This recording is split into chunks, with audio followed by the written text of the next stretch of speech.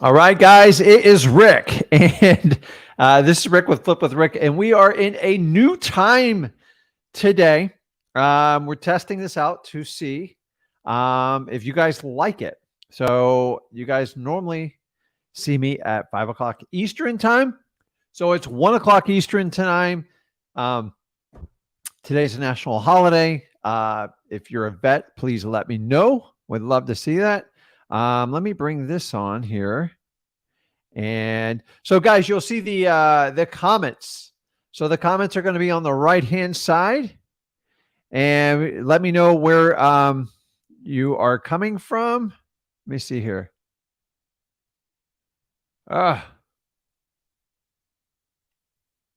So, guys, just make sure, let me know what market you guys are in. I'm trying to fix something on the computer while I'm doing this. And, of course, it does not want to work for me. So let me work on something here. So, guys, if you're new to this channel, my name is Rick Ginn.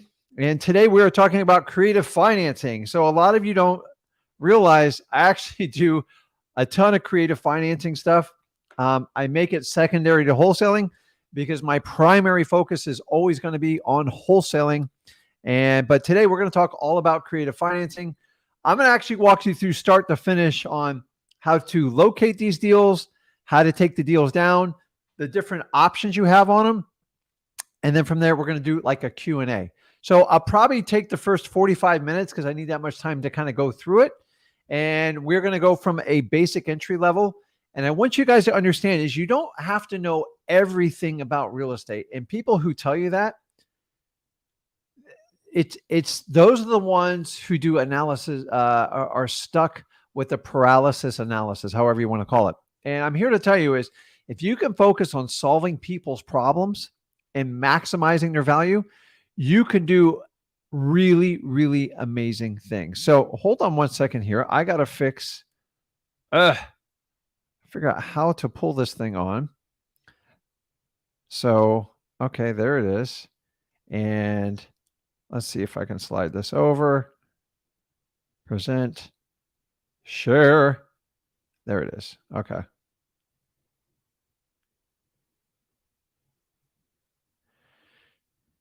I'm just making sure I can do that. Okay, that works. Okay, and remove. Okay, awesome. So, guys, use the comments. So it's 1 o'clock. I got a lot more energy.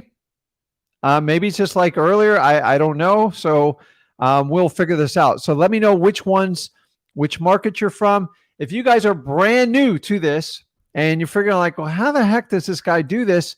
Go over to freewholesaling.com. I will put this up for you. Me and Zach put out the only 100% free wholesaling course. We are extremely disruptive in the wholesaling space. You're in a new world where all these gurus, all they want to do is take your money and try to teach you how to do 1 or 2 deals. Forget that. Not only am I going to teach you how to do your first deal with my 20 years plus experience, I'm going to teach you how to get to your first 100 grand. And if you guys hold on tight, by the end of this year, I'm going to give you an option to get that 100 grand up to $1 million. And here's the really cool part is I will never ask you for money. I rather lead you to the promised land. And then you go, man, I got to find out how to work with Rick and Zach, as opposed to every other guru is they want to guard their time and charge you up front. And I just think that is a really old way to think. And it's a me mentality. And I get it. You got to live off the coaching income. But honestly, if they value their time, I'm not going to trade my time for dollars. So I want to work on deals. So my favorite thing is to do deals with you guys. That's it. And if I can teach you for free how to get up and do deals and even JV with me, then my job is done. So nobody else does this. Everybody else is a pay for play. And I rather show you how to do this and show you it actually works. That way I don't have to charge you. And now we can avoid the 95% failure ratio of real estate investing coaching. And guys, that is the true number. So if you're considering signing up a course, make sure you understand the risk is on you. There's no risk on the coach because if you fail, they've already got your money and you just wind up being a statistic. And I don't want that for anybody on this. So If you guys are new here, I'm going to play a shocking video for you to get you started in wholesaling. So you have to have a certain energy level to do this. And if you don't, so I'm used to doing this at 5. It's a little bit later. You guys know I do a later one. So I got to kind of show you what this is all about. So guys, you got to have fun wholesaling. Put your comments in there. Let's get it going. Let's do it.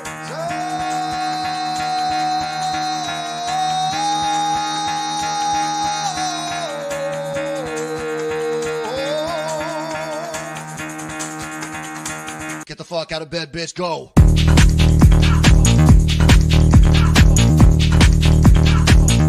Get up, and they got go.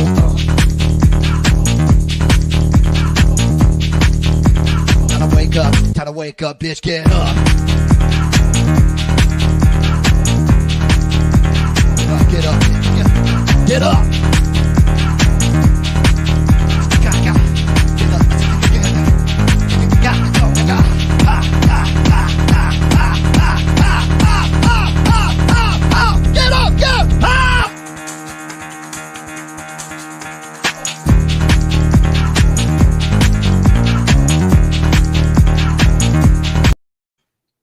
Guys, that's the energy level you need for wholesaling. So for full disclosure, I'm a little bit hyper. I like to have fun. Guys, you do not get through 20 years of wholesaling by like being this, here's how we're going to do wholesaling today. I'm going to put you to sleep. So I fully disclose, I'm a little bit ADHD. I'm hyper. I like to have a lot of activity. I like things to move fast. I was always told that is my downfall from all my teachers in school. They just didn't get me. And so now we kind of know you don't need to medicate people in ADHD. You need to just teach them a little bit differently. So we all learn differently. And I've learned this over the years is by doing this free course with everyone, I get tons of information from you guys back. And the really cool part is you can consume this information at your own pace. You're not going to get hurt financially. For full disclosure, the ones that take the most amount of action and just keep going forward in spite of obstacles, those are the ones that are doing deals. And that's what I want to share with you guys today. We are going to talk about creative financing. It doesn't mean I don't wholesale. It's the opposite. I primarily wholesale, and when I find deals that don't work in my wholesaling operation, or I get referrals that don't work in a wholesaling operation, I switch hats and I go to creative financing. Okay. By the way, creative financing's been around for probably 100+ years. This isn't something new. Nobody owns the rights to it. Some people do it more than others. Honestly, I'm okay with it. The reality of creative financing is you're just helping sellers solve problems. Instead of doing traditional cash transactions, we have a thing called creative financing. So if you guys are new to it, I'm going to put this in. I'm going to go through a basic level and explain it to you. If you have questions, go ahead and put it in the comments. If you guys want to talk to me one-on-one, I do this 100% for free. I put a link on the Wholesaling for Houses Real Facebook group. You just click that link and you can get in line. So if you want to get on there, the sooner you click, the more I can guarantee I talk to you, because I'm going to be on for a couple hours and we'll go from there. So I want to start out by saying I am not giving you guys legal or accounting advice. You need to go to a sought after professional for that within your state. And just understand that. Like, I'm not a lawyer. I'm not an accountant. I am a real estate investor that's mastered wholesaling, and I'm really good at creative financing. I don't go out and just hunt creative financing because I wait till they fall in my lap, and then I see if I can help solve a problem. So you've got to understand with creative financing, you don't need to know how to do everything. And so many of you guys are waiting to be completely educated and make sure everything's taken down for you. And I'm here to tell you, it just doesn't work that way. So if you know that, your main objective is to identify opportunities. Okay. And I'm going to walk you through that. So I think the best way to do it, instead of doing 3 million pop-up notes and stuff like that, is I am going to use my notepad. So you guys know me, my handwriting is not the best. I promise you I'll slow down. And then when I'm done with the presentation, we will do a Q&A. If you want to go on live, go to Wholesaling Houses for Real. Make sure you're registered there. Click the link there. I will show you right before I go do the mastermind. You can do that. It's really, really simple.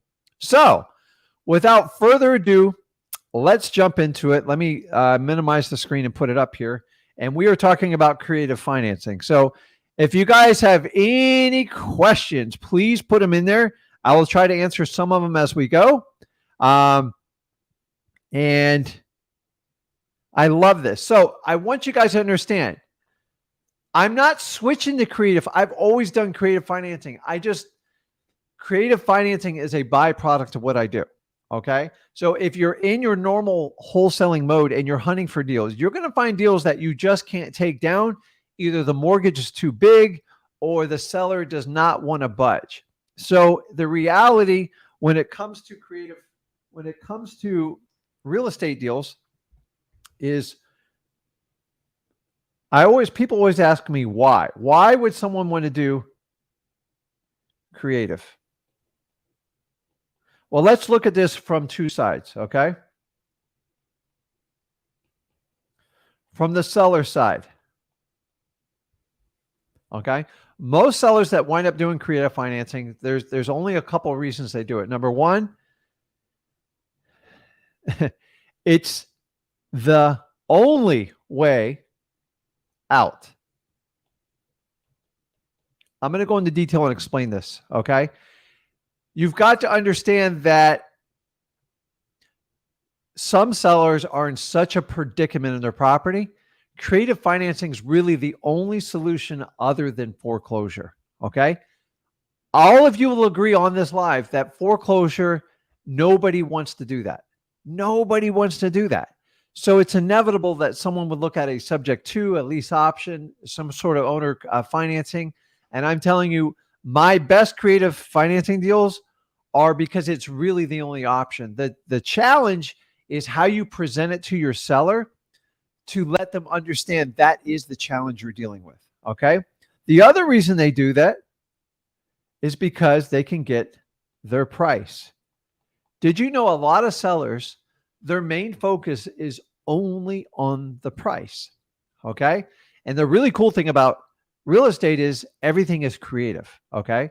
So even a traditional mortgage is somewhat creative because most people can't come up with cash to buy a property. So when we talk about why a seller would sell is, say I owned a property for 100%. I have no mortgage. I have no stress to sell it. Say I want $300,000. The property's ready to go.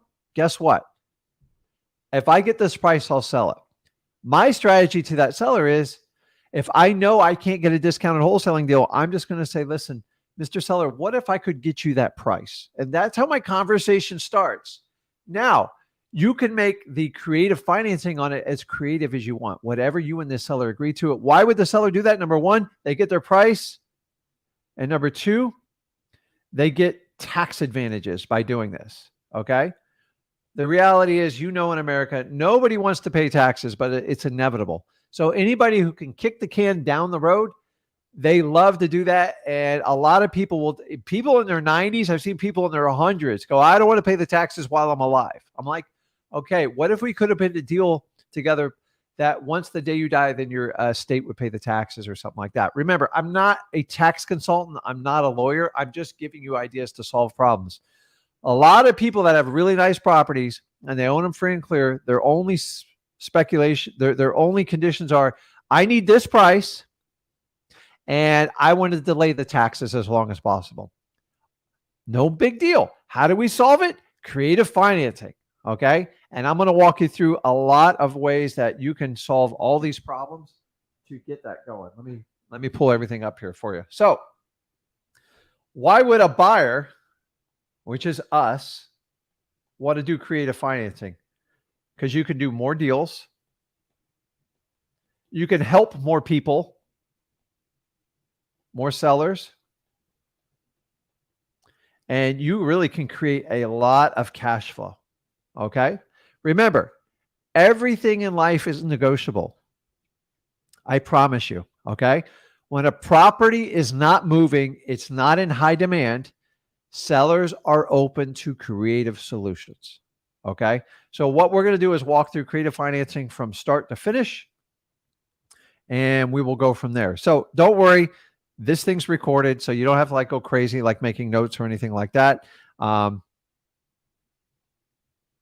Somebody's asking about, okay, I'm going to answer all these questions as we go through it. So, number one, I get a lot of people, it's like, what's the difference between wholesaling versus creative financing? Okay. So the easiest thing is just kind of walk through, honestly, the pros. There is no cons to creative financing. Okay. The problem comes in when you try to force everybody into a wholesaling deal. Now, full disclosure, 90% of my deals wind up regular wholesaling because that's what I love to do. Okay. I do love creative financing, but I don't just seek out creative financing. As the ulterior, people that specialize in creative financing, they might do 90% creative financing deals, and then they take the byproduct of the wholesaling. There's no difference in how you do it, okay? But here's the one thing I'm going to argue on the fundamentals of why you need to understand wholesaling.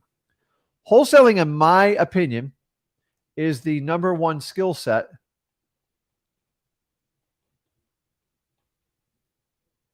in RE. Why? Think about this. If you can learn how to connect with the seller and get properties at a deep discount period, you can do it over and over and you can really survive in any market. Okay. Now, the problem with creative financing, if that's all you want to do, you have to go learn that skill set. A lot of people think that you can replace wholesaling with creative financing. It's not. I will tell you, any wholesaler can come over and do creative financing with ease.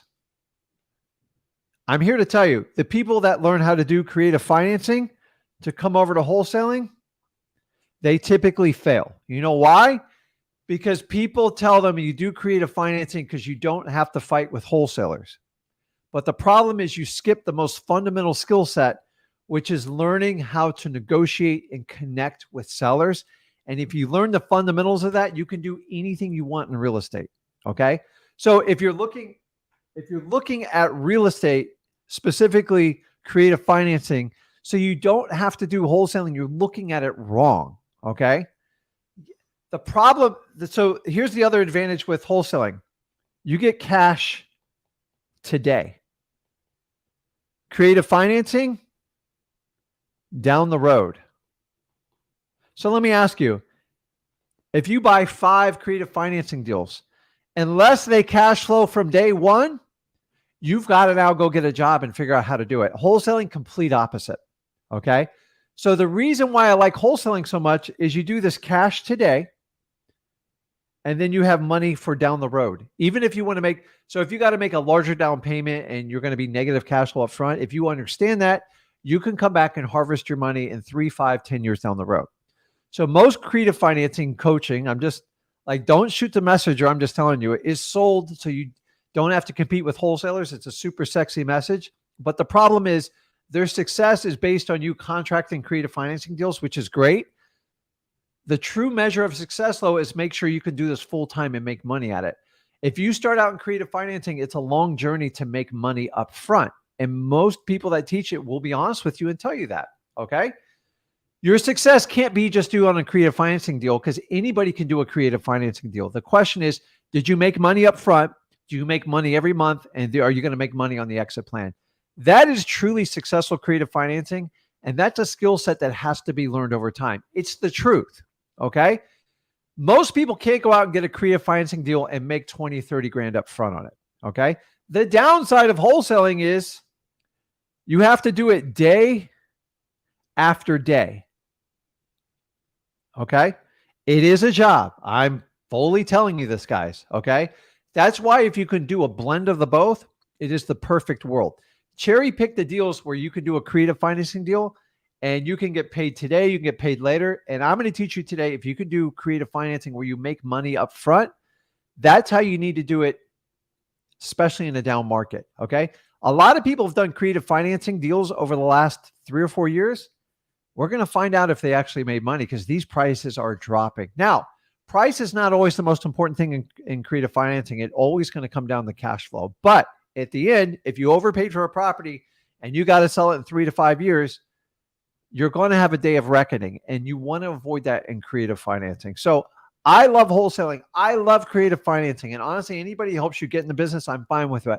But please do not take the pill that says creative financing will help you skip to the front of the line so you don't have to deal with all those wholesalers mess. And then you can buy properties at full price and make a ton of money. Guys, do not do creative financing unless you're prepared for it and you can make money from day one. Because I talk to people all the time. I bought 3 creative financing deals. I go, how much money did you make? No, I was net 10 to 20 grand out each one of them. I'm like, well, what are you going to do now? I don't know.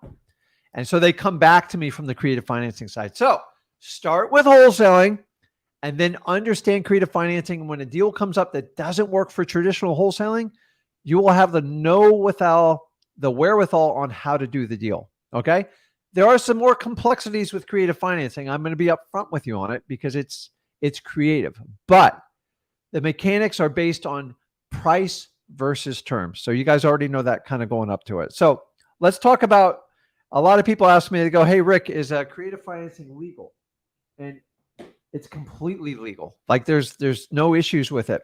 The only ones I try to avoid completely, and I'll be honest with you, is if a seller has a loan modification, you better make sure you review that loan modification, because most loan modifications requires the seller to stay in the property as a primary residence. And if you violate that, they could call the note due, and it could be problematic. So it could be considered even fraud because they signed an agreement months ago saying they're the primary residence there, and then they're signing a deal with you. You could be liable. Now, I don't have anything to test this out in court, but I don't want you guys to test it out either. So understanding it. The other thing you got to watch for is just called a due on sale clause. Okay. And this is like the big snafu for creative financing. A due on sale clause just means the bank has the ability to call the money due back in, the mortgage. So if you took a $200,000 note and say you got behind on payments and went up in foreclosure, they basically force you to cash it out. That's how a foreclosure works. So in all the paperwork you sign on a mortgage, if you transfer the title, there's little fine handwriting in it that says, upon sale or transfer of the title, the note can be due or is due. Okay. Now, the reality of the banks calling a note due are slim, probably less than 1%. Can it happen? Absolutely. And it's a risk you take on all creative financing deals. Most of the time, the banks want to get their payments. Keep in mind, the banks don't own these properties. They just service them. And unless there's some sort of crazy snappus going on where someone's not making a payment, or there's a lot of complaints to the bank about the property, which usually go unnoticed, then the bank's not going to go out of their way to have a note called. Now, I've never had a note called. Now, there's a big group of people out there. When I started out doing creative financing, you wanted to put every property in a land trust. The reason why they teach this technique is their theory is that there's case law, and there is, I've read it, it says a land trust is you can move any property into a land trust and avoid the due on sale clause. I'm just going to here to tell you the land trusting creates a lot more complication, and my advice to you is avoid it because it creates confusion. It creates the anonymous factor, and it's going to create a lot of problems when you go to sell the property. So you don't have to do that anymore. There's still a big percentage of people still doing it. Land trust are so you can't figure out who the owner is. But I'm going to land trusts do get targeted heavy for a due on sale clause, and you're better off just avoiding the land trust, in my opinion. But I'm not here to give you legal advice. I'm just talking to you about the legalities, everything. And so that's it. So I'm looking at your questions as they pop up. And so the only legality issues I see coming out this is, number one, you got to be truthful and disclose everything. Number two, understand the risk of a due on sale clause. It's not the end of the world. It's not due in like a week. Most due on sale clauses will take 3 to 6 months to force it on you with a court action. So you have time. How? You can sell the property. You can get it refinanced. You can get hard money. You can get soft money. There's always a way around it. That's why I want you guys to buy properties that make money up front so you don't get caught. Because if you're not making money up front, this can get really expensive quick. So let's talk about the 3 different types of creative financing. You ready? It's very simple. There's really only three. Okay. So the definition of creative financing is anytime someone buys or transacts on a property not using a traditional bank. Okay. That's it. That's what qualifies a creative financing deal. So we're going to talk about three specific types. Number one, subject to. Okay. And then what I'm going to do is break each one down. So I'm going to go from 1 to 2 to 3. That way I don't have to do this giant spreadsheet or anything else on it. So a subject to, okay? Subject to means exactly what it says, okay? You're taking over property subject to the existing mortgage. Really simple.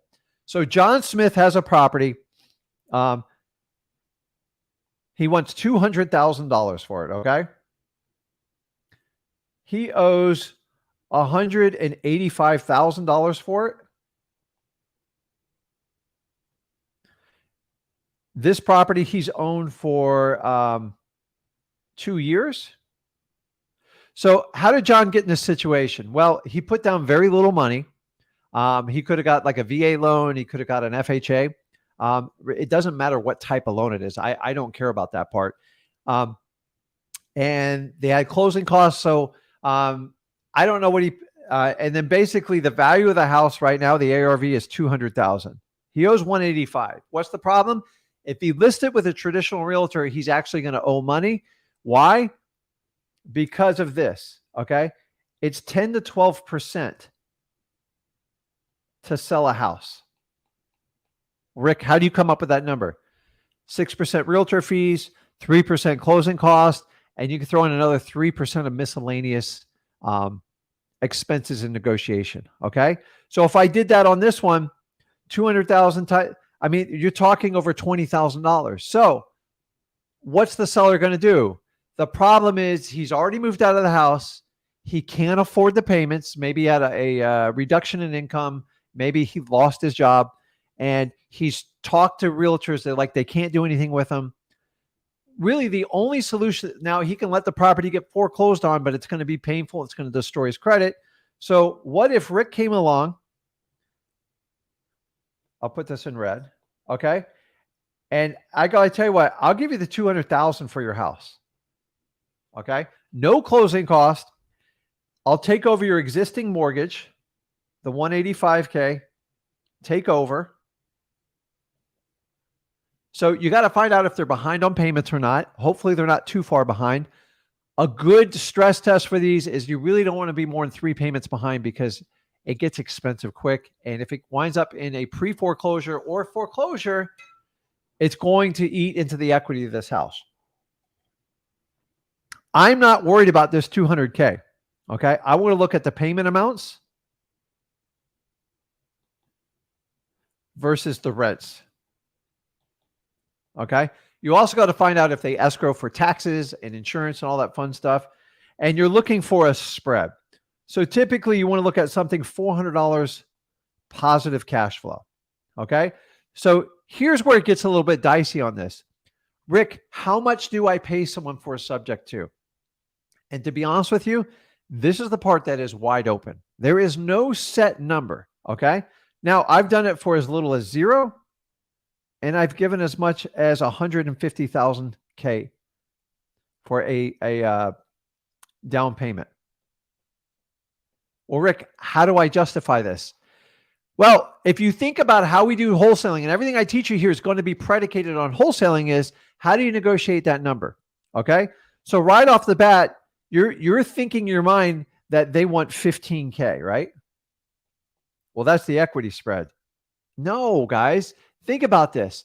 It's going to cost them $20 to $25 to sell this house. So the reality is they should technically be okay with close to 0, but we have to give incentive for people to go forward with the deal. Okay. Normally on this deal, if the house is clean, it doesn't need repairs, I'm willing to give them more money, because that's that less much money and time I have to spend on the deal. So most of these people, I'm going to start with about $3K down. Why? The less money you put down, the more options you have with this house. Okay. And here's the key is it's not your money. It's going to be your new buyer's money. Okay. But you do not want to give them $15K up front, Number one, you don't have the money. And number two, this is very negotiable. What are their options if they don't do the deal with you? What? So let me get the seller. If I give you 3K, save your credit and take over your payments, would that be something of interest to you? And that's simply how I say it, guys. That's it. Okay.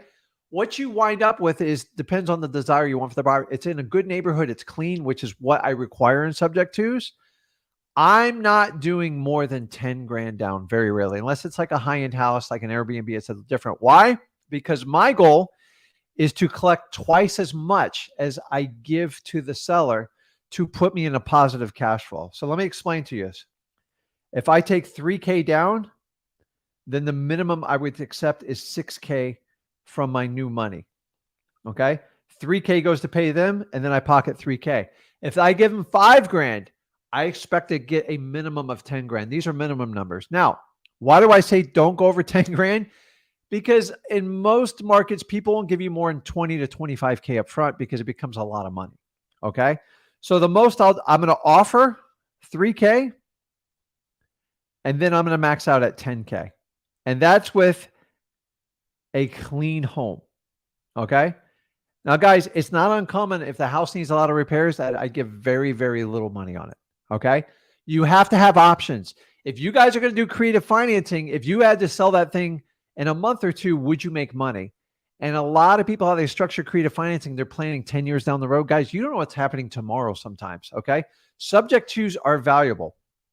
Okay. Where do we find subject twos? Oh, I love this stuff. Subject twos they're kind of easy in my opinion. Okay. So you need to look for on a subject two. Here's what we're looking for. Low equity. Who buys houses with low equity? They're all end users. They're very rarely going to be real estate investors. And you're looking for short-term ownership. And what do I mean by short-term ownership? Ready for this? Less than 2 years. That's the sweet spot every time. Okay. If anybody bought a house within 2 years and they only put down 3 to 5%, they paid down very little, if none, of the principal. Okay. And if values have gone flat or upside down, then they could be upside down on the property. I don't even care if they're then someone's asking me, Rick, what if the property's upside down?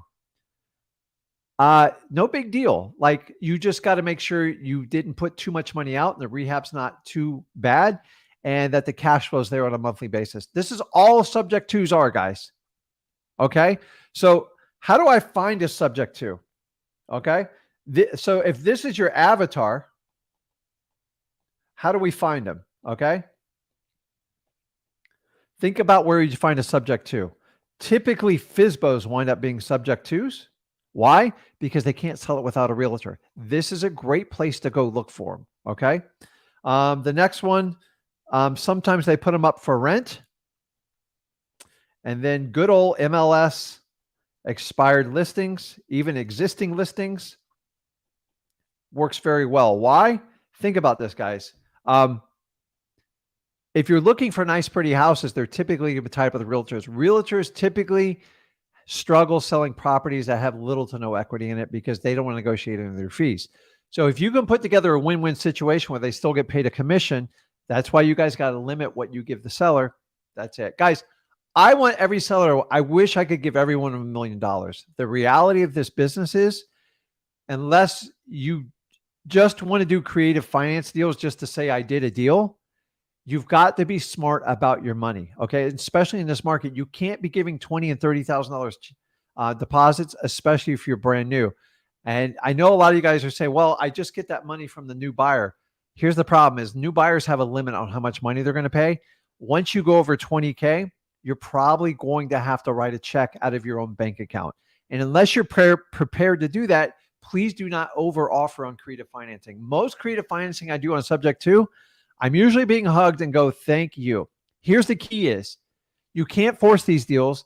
They have to be 100% on board and they've had to exhausted all other avenues to get to this, which means I'm okay if they talk to a realtor, if they talk to anybody, you know why? It doesn't matter. Okay. This is subject twos and the paperwork's super simple, guys. Do not complicate this. In a traditional purchase and sales agreement, there is a subject to line on it. I'm not going to get in the legalities of title. Talk to your title companies, and you want them to issue title and make an exception to the existing mortgage. That's the only way you can get title insurance on these.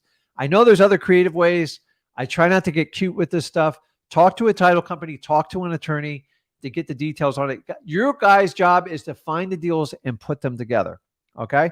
So let's talk about the next one. You ready? Okay. This is called lease options. Okay. Lease options is simple. By the way, lease options have been around forever. Nobody invented this. Somebody taught me this a long time ago, and everybody's got a million ways. None of them are wrong, but there's some bad information out there. But a lease options, if you stick to the basics, you understand it.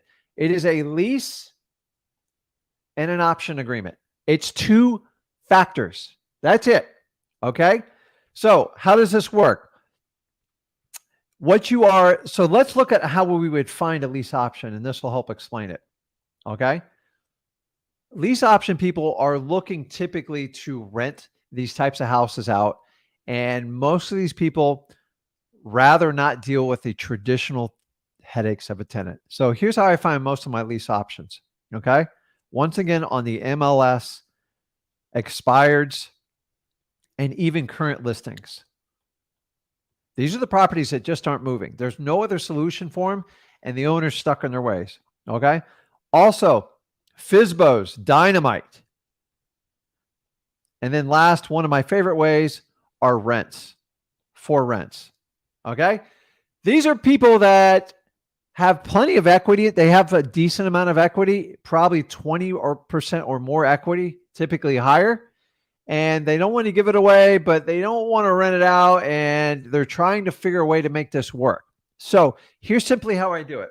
On a for rent ad, which is the best, in my opinion, the best way to find lease options, I'm looking for houses that are in good shape and in clean, good neighborhoods that people want to rent. Why? Because they're easier. If you get them ready to go, your life is much easier. Guys, I'm telling you, the creative financing world, the cleaner you get the property, the more options you have. If you have an entire gut job rehab, creative financing is a pain in the butt. It's still doable, but you have very limited options because you got to fund. If it's $50,000, $60,000 of rehab, you have to find a way to fund it. Okay. I'm trying to simplify these where you guys make money. So I'm going to call it for rent ad. And I say, listen, I'm interested in 123 USA Street. Can you tell me a little bit more about it? They tell me all about it. And I just start asking, what's the rents? What's the neighborhood like? And then I'm simply going to say, listen, would you be interested in a long-term rental agreement? And just shut up. And typically they go, wow, that would be great because the last renter came in for 2 or 3 months and then they broke the toilet and this and that. I'm like, yeah, I get it. And then they'll typically go, what are you thinking? I go, well, what I'd like to do is I would like to rent this house long-term.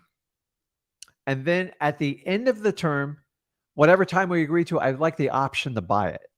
And I'm happy to pay you for that option. Is that something you're interested in? And just shut up. Okay. All I'm trying to do is focus on long-term rental, and I have the option to buy at the end. Once I can open those windows, I'm going to go a little bit deeper in the conversation, and then we explain what we're doing. And so what I do is I control these houses. I'll be your primary tenant, meaning I'm responsible for all repairs other than the roof and the foundation. And then at the end, I'll cash you out. You don't get the headaches of a regular renter. I'm responsible. I will make payments to you. And at the end, hopefully I can cash it out. If not, I give you the house back. You keep the option payment. Is that something you're interested in? And that's it, guys. That's all I do it. So a lease, to make this simple, is just a rental agreement. Okay.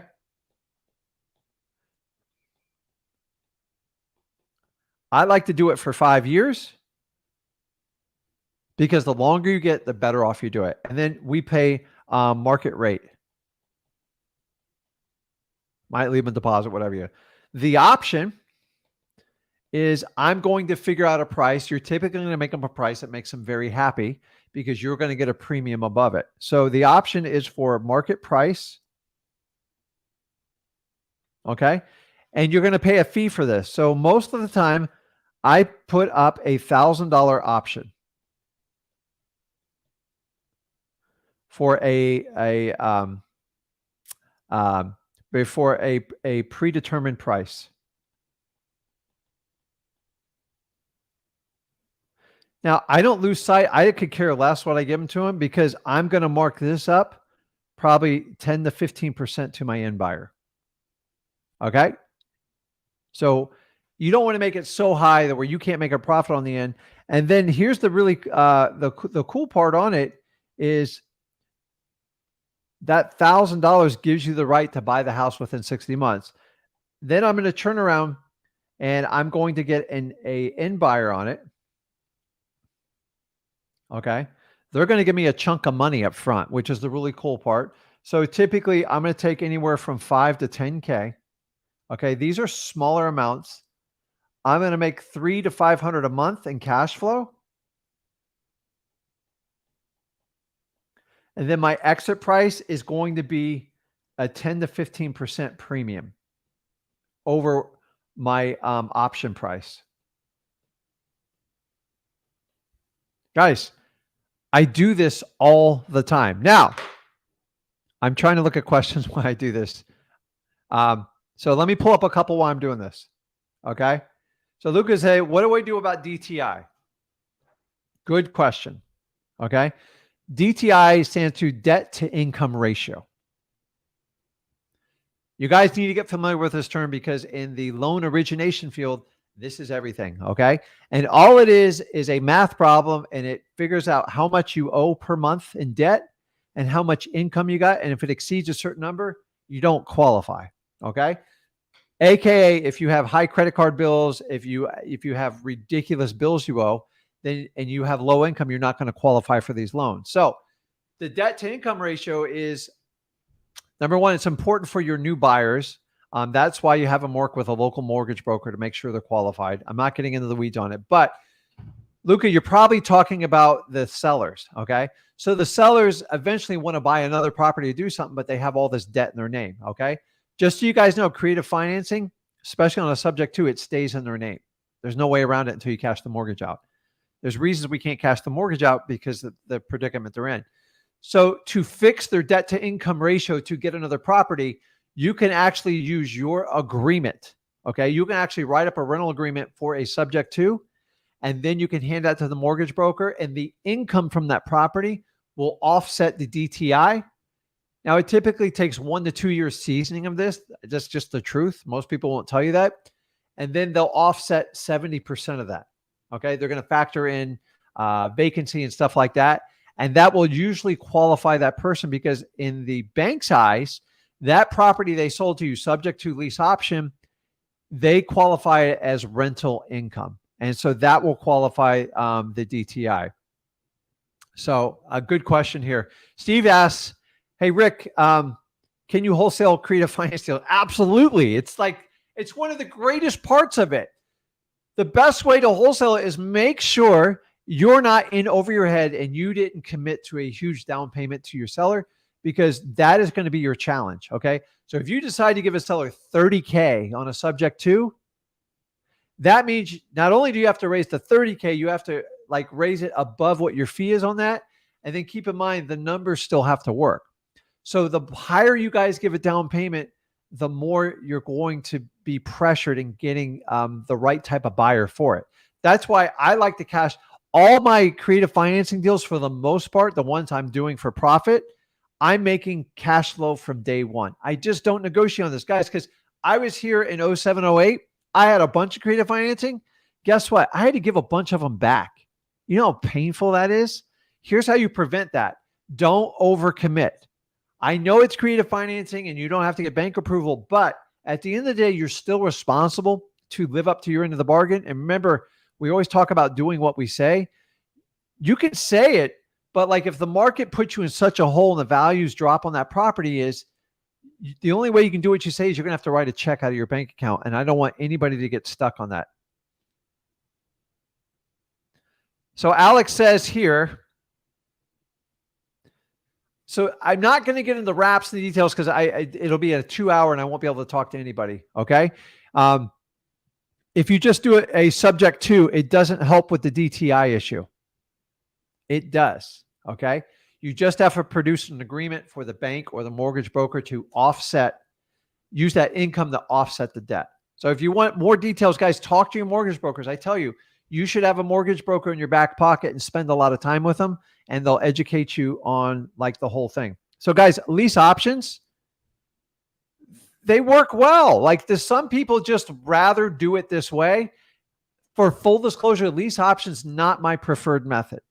I much rather do a subject to or an owner financing. And so while we're at it, we are now going to walk into owner financing because honestly, this to me is like the real sweet spot. I love subject to, but sometimes I can't make all subject twos work because the people committed to too much debt. And the last thing you want to do, if they overcommitted, you can't double overcommit on them because somebody said you need to do a creative financing deal. It's got to make sense. You got to make money up front by leaving the least amount of money as possible. Number two, you don't want a lot of rehab on the property because that's money that you have to put towards the deal. And number three, eventually you got to sell the property and you got to make some money. And if, so like back in 06, I bought a lot of property subject to at the peak of the market. You guys see the similarities. And then the rents went way backwards. Values dropped almost 40% in my area. And I'm stuck with properties that were bleeding every day. So I had to have painful conversations. And I don't want you guys to get in that position. I've experienced it. You can have bad days in creative financing. I don't know why anybody ever talks about this. The problem is you can agree to whatever rules you want. Eventually, you have to make the stuff come true. So if you go to sell the property a year or two and values are back 20% and you're committed to more than that, how are you going to solve the problem? You can't. You got to be honest and unwind it. Or if you want to write a check, which I don't recommend doing it, someone's going to get hammered. These are really good questions. Keep them coming because I'm going to answer them. Sharon says, what if they claim bankruptcy during that period? It is challenging. And I'm telling you right now, you need 100% cooperation from anyone doing a creative financing deal because a bankruptcy can screw stuff up. There's ways to protect yourself, but you need to know, you need to talk to them before they file bankruptcy. Okay. You do have that risk. Once again, if you minimize how much cash you put up front, you will mitigate the damage. Occasionally, somebody will file bankruptcy on you. That is a valid risk. And there's not much you can do it. But the reality is, if the note gets paid and the cash flow stays, you can survive the bankruptcy. Here's what you need. You need the cooperation of that seller to survive it.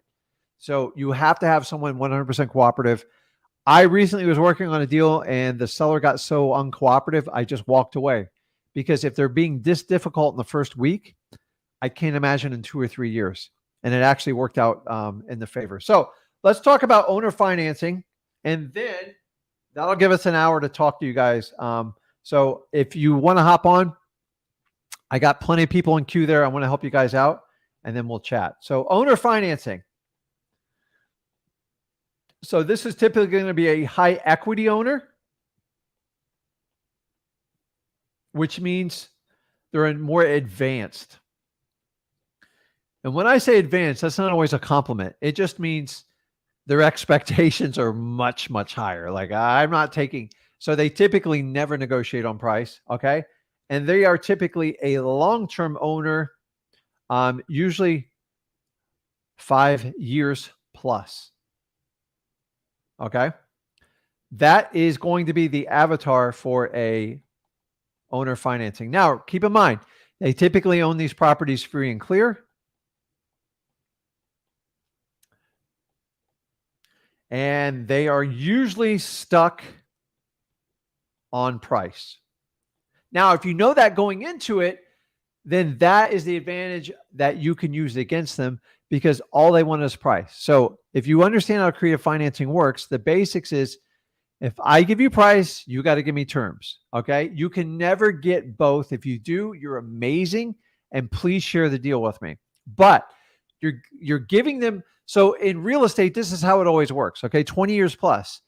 If I give you something, you got to give me something in return. So if I give you the price and I know I'm kind of overpaying for it, in return, you give me terms. Here's the really cool part. The terms are highly negotiable. So many people, when they do like owner financing, is talk about the terms. Get out of your head and stop thinking about what they want. Okay. They're going to want a down payment. You guys know how I feel about skin in the game. Okay. So they typically want a down payment. And most of them want a sizable chunk. Okay.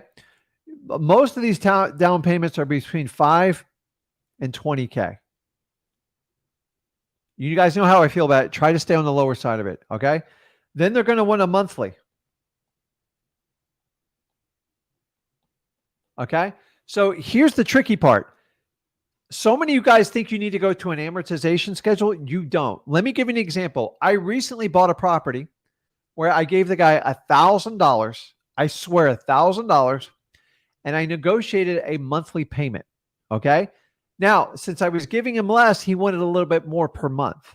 Okay. Do you see the give and take there? This is how it works. So because I gave him less, I gave him a little bit more than what I would normally give on a monthly rate. So the monthly going rate in that neighborhood was around $1,200. So I was giving him like $1,100 a month. In exchange, I was getting $1,700 a month in rentals. So I took advantage because I gave him less up front, but who's paying the monthly? That's it. My end user is going to pay that. So if you guys can use that strategy, you can do all sorts of stuff. Or you can give 10K and then maybe you can cut that payment down to $600 or $700. Here's the really cool part. You guys think I gave $1,100 based on an amortization schedule. I didn't. Okay. The $1,100 I'm giving him goes 100% towards principal. And basically I scheduled it over 10 years till the entire property is paid off. And then I owe like a $30,000 balloon, and that's it. Stop thinking like a regular banker. Be creative with your terms. Right now, I'm getting a lot of 0%. You can do 0% because who owns the note? The owner of the property does. His protection is he's not going to give you the deed until you square him up, he or she. A lot of she's out there, so I don't mean to pick on it. And everything's negotiable on owner finance. Everything. It's like, stop being stuck to, I need to do an amortization schedule. Come up with a number with an agreement. I recently bought a little tiny mobile home and I agreed to pay $300 a month. I'm renting it for $1,200 and the $300 is basically going to 10 years of payment, 100% the principal. This is how I make my offers. Now, I do have deals where I have to do an amortization schedule, but you're not stuck to it. So if you're stuck to an amortization schedule, let me give you a little clue. Change 30 years to 40 years or even to 50 years. You can play with the numbers all day long and stop worrying about the interest rate. I don't care about interest rates. I care, but I don't. I care about cash flow. End of story. Okay. So on owner financing, how do I find these deals? Simply, MLS is probably one of the best ones because those were people that are stuck on price, but they can't move them, but they own them free and clear. I'm also going to look at rents. And I'm also going to look at FSBOs. Okay. But I will focus on realtor marketing. Okay. Because realtors know tons of people like this. Guys, I like nice, pretty properties. Creative financing, you are going to have to involve more realtors than you do in wholesaling. It's just how it works because the better the property is, the more desirable it is. And you usually have to go through a realtor to get through it. Now, if you're asking me, Rick, how do I pay a realtor in this thing? It's got to be common sense. I like to cash a realtor out up front. Don't ever tie them into the monthly cash flow or the in cash flow because they won't be around for it. So it's not 6%. It's not 3%. The most I ever typically pay a realtor is 1 to 1.5% of the deal. Okay. And then a lot of times on like, if it's like I had to give the seller a big chunk of money, I will do payments to the realtor over 3 months and let the cash flow of the property pay for itself. So let me see what else I had on my notes here for you guys. Because I want to talk to everybody. So let's do the last little thing. Let's talk about conversion on creative financing. We'll just call it CF for short. Okay. I want you to understand this. For those of you who think you need to know everything about creative financing, you're going to get killed. Okay. The most important thing in the beginning is understand A, how to identify them, and B, how do I have a conversation with them to see if this is a possibility? Okay. I'm never opposed with you guys pairing up someone with your local market to help you get through this. Just make sure you have somebody reputable. How do you do that? Go to your local RIAs, network with people, use Facebook groups. They're all out there. Okay. There's plenty of pay for play mentors, but the reality is now you're going down the course part of this business. And you know how I feel about that. And the reality is, if you can find somebody local, it's better because every state has different laws. And once again, make sure you review with your local real estate lawyer the legalities of doing creative financing, particularly subject to, and making sure that you're allowed to legally do it without breaking some sort of like local statute. So it's always changing. So please, guys, make sure you check on that. I have to check in all the states I do, and I'm not an expert on that stuff. So we talk about conversion. So conversions always come down to conversations. Okay. So the easiest way when creative financing is walk down all paths. What do I mean by that? Have you tried listing the property? Have you tried borrowing money for the property? The reason you want to do that is you want to exhaust every one of these paths, because a truly good creative financing deal, especially subject to, you have to be the only solution to make it a true win-win situation. It's not like wholesaling. Like, you can talk people in the wholesaling, but for the most part, the deal has to work and you have to be confident. But in creative financing is, if you don't address like the realtor, they might do it after you do a deal with them, and it's going to create a lot of problems for you. So you want to exhaust all avenues to lead you to the path of victory. Okay. So number one, go ahead and get the elephant out of the room and talk about it. This is the opposite of kind of how we do it in wholesaling. But in wholesaling, I kind of tell you guys to do the same too. If they need a realtor, you're most likely not going to be in a position to buy it wholesale. So walk them down that path. Number two, go from a place of helping your sellers. How do I do that, Rick? Real simple. If you simply start your conversation out, I go, listen, I want to help you get your house sold.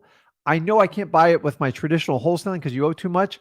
Let's see how we can help you get the house sold. Simply a conversation like that will explode your conversion, because you know they're truly trying to help people. Guys, you know how many people that I don't actually make one dime and I still help them sell their house? Why?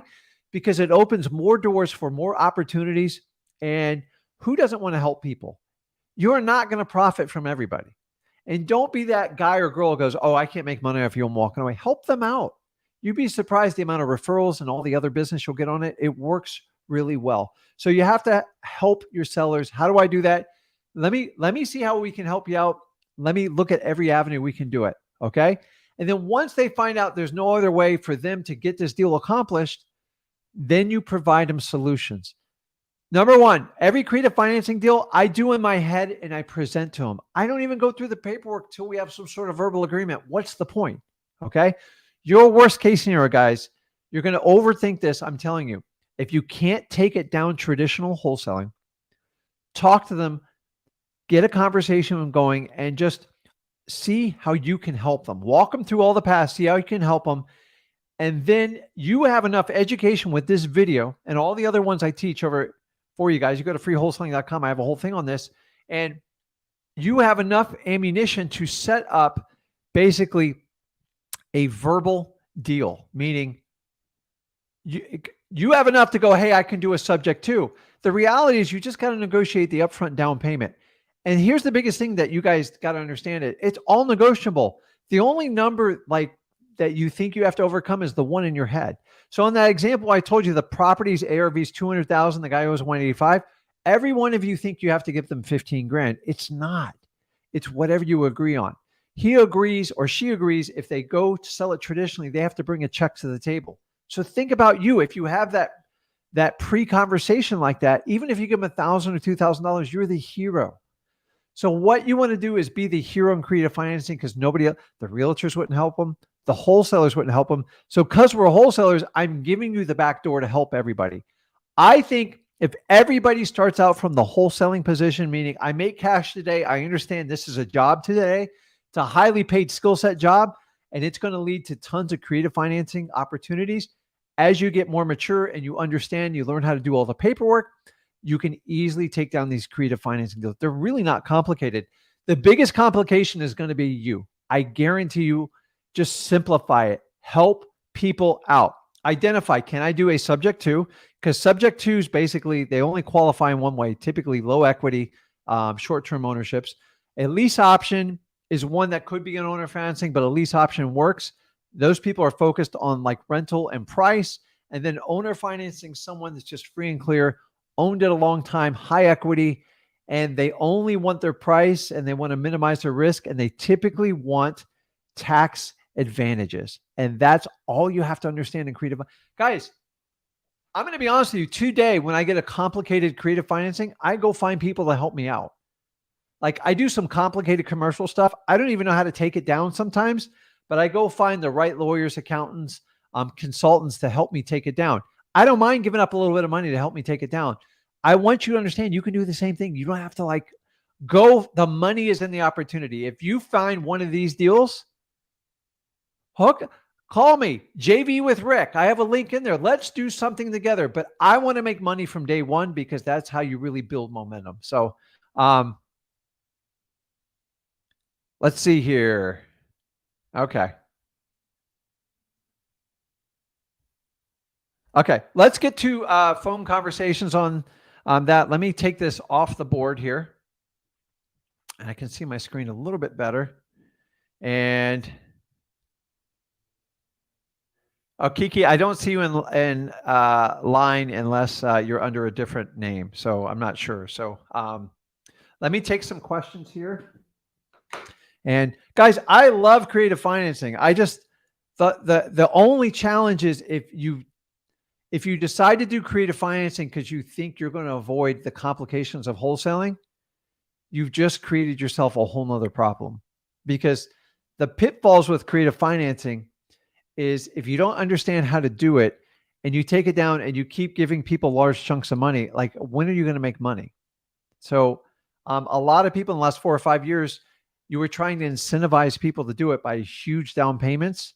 And I hope you bought it right because there's going to be challenges coming up. So,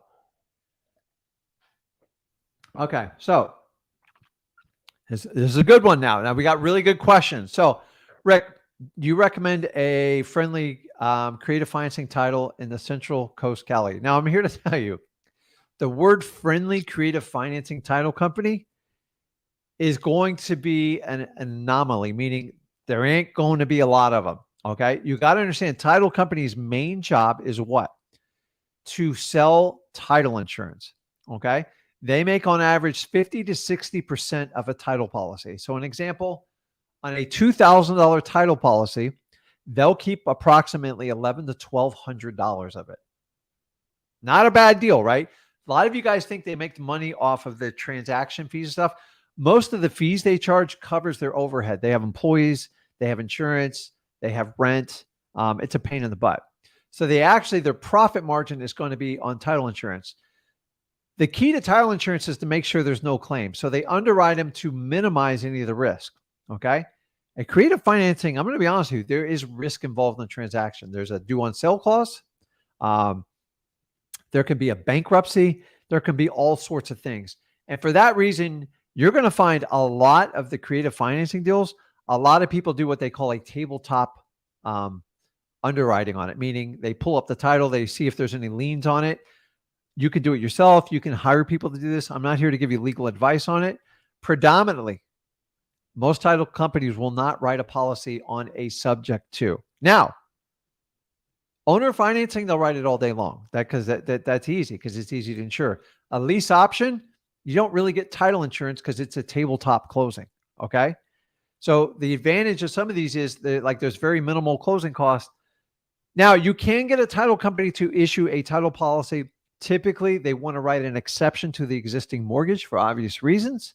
But here's how I look at it, guys. If I can look at all the liens and have someone that's smarter than me go, yeah, this is all correct. This is a current.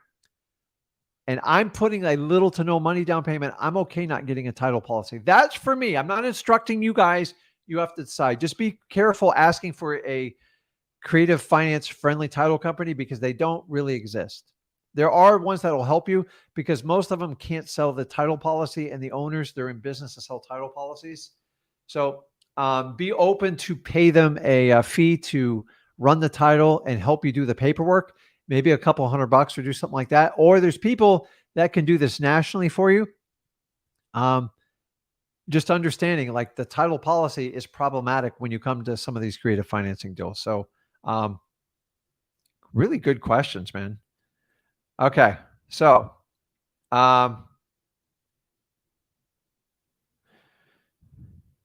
let's see here.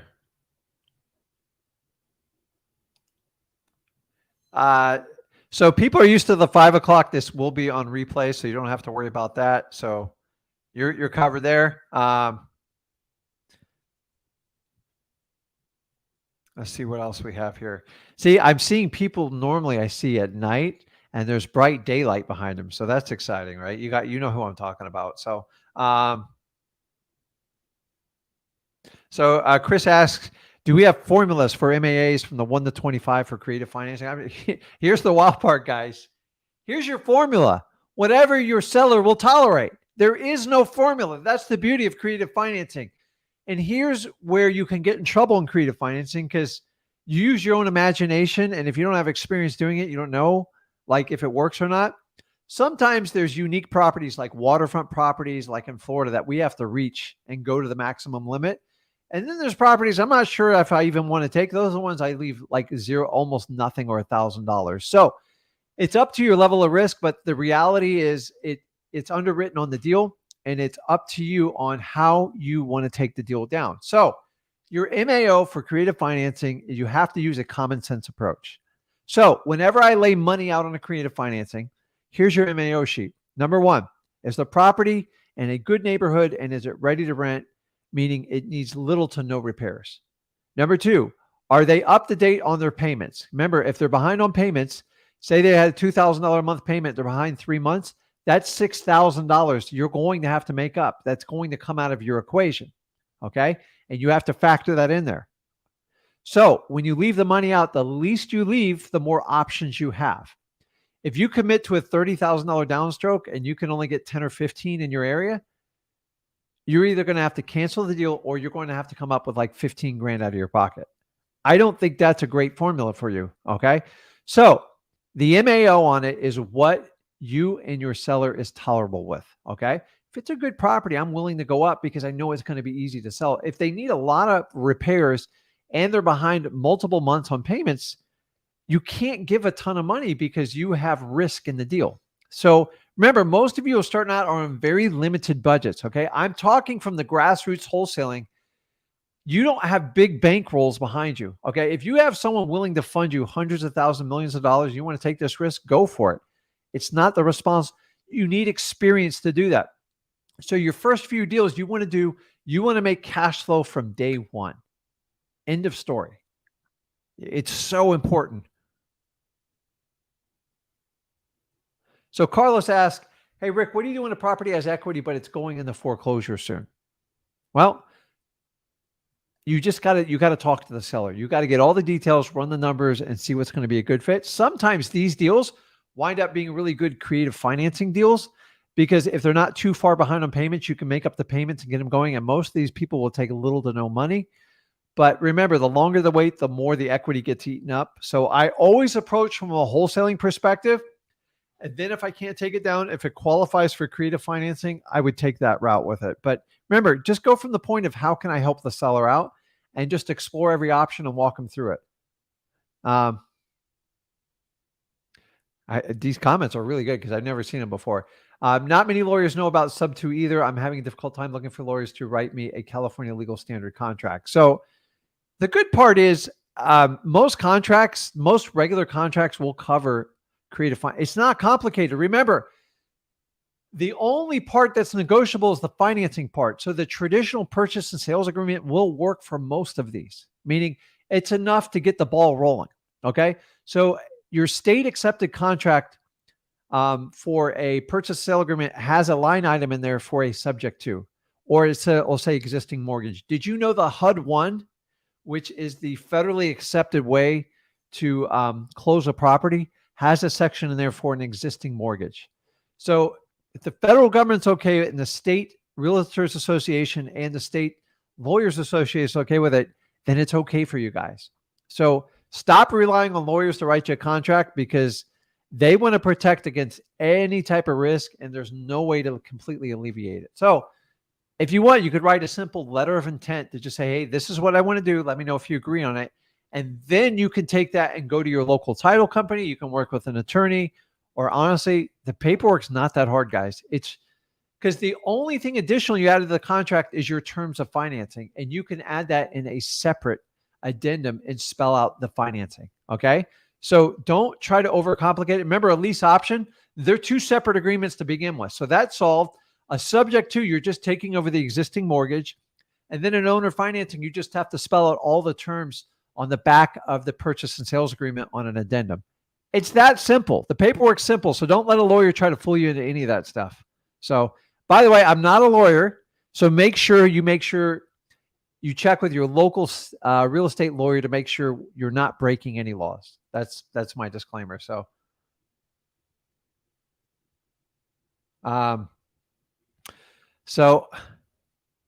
dude, I like the swordfish. By the way, I do sword fishing. So, if you ever want to talk about swordfish, we can have a deeper conversation. Rick's a little bit more flexible in choosing your market for creative financing versus wholesaling, choosing markets. Yeah, you can, but like, I want you guys to be core wholesalers and take byproduct for creative financing. I'm here to tell you guys, if you put in a virtual market for creative financing and you pull low equity and short-term ownership, you're not even going to be able to get to all the leads. It's going to be outrageous. I've tried this before. It's unbelievable the amount of leads you get. I'm not talking about 5 or 10. I'm talking about hundreds. You guys, a big majority of the population buys property with little to no equity in a house. Okay. And the minute the market turns upside down, they're wide open to like creative terms. So just be careful what you wish for. I've done this tactic and literally had 600 or 700 leads to the point we couldn't even manage them. Why? Because they're looking for alternatives to get their houses sold. So I would just do it within your wholesaling business. That way you can get property that generate today, and then you can help with properties that generate towards tomorrow. But if you do creative financing right, you should be able to make money up front. That's why you guys should be taught. This put $20,000, $30,000 and figure it out later is absolutely reckless. It's dangerous. So,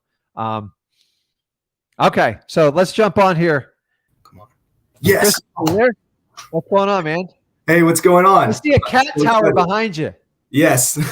I'm familiar. I'm familiar with cats. We have a cat in our house, and we're going on 2 years. And my wife surprised me with a dog that was for her when I came back from an army training. The cat's the only one that I've ever really liked. He's my buddy. So how are you were surprised with it, man? Good. So are you in the army right now? I am. I'm actually looking to get out here pretty soon. I've been in for about 6 years. This is my beautiful transition to have, finances are great, but I'm really after freedom of time. Awesome. So I want to thank you for your service, and it's Veterans Day. So everybody give Christopher a huge high five, whatever. Without people like Christopher, I could not enjoy what I do. So I truly mean it from the bottom of my heart. I already tell everybody, my only regret is I didn't serve in the military when I was young. I just didn't have a lot of direction, and I had to learn the hard way. So you're in the perfect opportunity because your finances seem like they're somewhat straight. You got a good head on your shoulders, and God knows the military gave you the discipline muscle.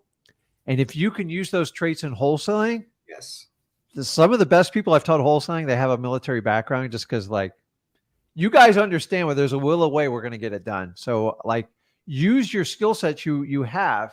And the biggest problem in wholesaling, to be honest with you, is like people's lack of discipline. I just tell everybody how it is because it's like, because everybody wants the result, but nobody wants, like most people don't, it's hard work, man. So like you get it in the military, you see stuff take years.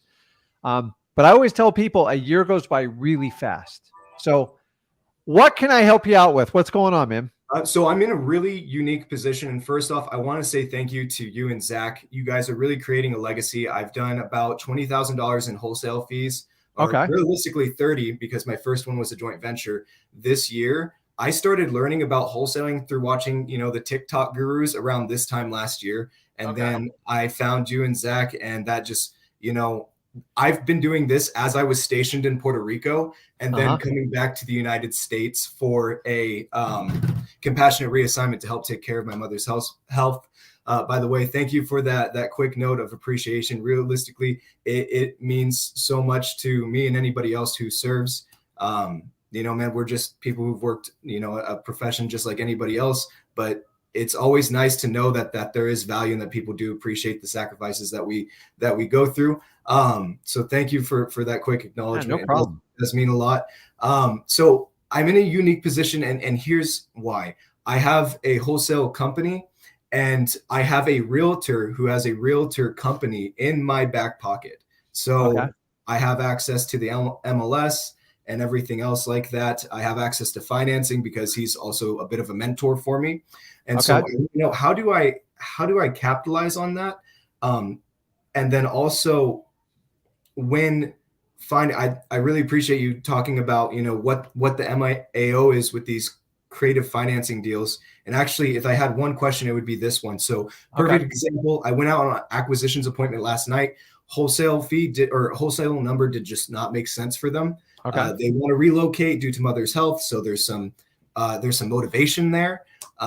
Super nice people. They're like, hey, I am seeing like 240 something is what we're going to get for this house, and running over the ARVs, it looks like it would make sense. Now, my question was, when we talked about doing that markup to the 10 to 15% for the end buyer, is that on the total principal of what we're going to pay them, right? That 249, or is that us saying, okay, we'll pay you the 249 over this course of time, and when we turn around and sell it, it's going to be 275? Because the only reason why I asked that is it seems risky to me just where we're at in our market, right? Correct. So here's what nobody wants to talk about in creative financing. Everyone's a genius when the market's like shooting up. Okay. I see your cat behind you. It's cute. Yeah. My cat has the same thing. It will literally. So I bring the cat to the studio here because I actually enjoy it. Don't tell my daughter. And like, she'll sit in a chair and sleep. And the minute I start talking or turn on like the music, when I do my pump up song, she just starts working her way up. And I actually had 2 videos where I had to just like put her on the desk because she couldn't stop. That's funny. So, but it's so funny. Anyways, like creative financing, like anybody can do it, but at some point, you are correct. You have to reckon the deal. Like, I've been in this, dude. I bought properties at the peak of the market, and guys, I got hammered, man. And no, I never forecasted that. I struggled with insurance. We had multiple hurricanes. We had 3 hurricanes in a 1-year period. Property taxes shot through the roof because I switched the deed, and so it triggered like a max, and I didn't factor that one in. And then we basically had a 50% reduction in rents and basically a 60% reduction in retail price for property. So, guys, I've been through the worst storm in a 100-year period, and I didn't get killed. You know what I did? It was so bad. I just called up the owner. I go, listen, I got 1 or 2 things you can do. I can't afford to keep making the payments on this. And I've already put $5,000 in the house. I collected this. I'm just going to deed the house back to you. Okay. If not, she's okay. I just have to walk away from the deal, or they're going to foreclose on the house. Okay. Right. And I sat with the owner, and we just worked out what was going to work out for both of us. And I didn't make any money. Like, I got my butt kicked, and I think I lost about $25,000 because someone taught me, just do creative financing, do it. Well, I didn't realize that the markets could adjust like this. And the problem is, you have to always look at creative financing at the end solution to make money. So number one, first of all, you're right on the upfront payment. It's highly negotiable. And most of you guys have a roadblock in your head due to the math problem. Once you do creative financing, anything's negotiable. The more crap that comes with the house, the less they have to get. It's negotiating 101. Okay. I like to buy the houses that are ready to go. So in this case, you said the house is worth what? $240K right now? Right. Okay. Yes. And so do they have an existing mortgage on it?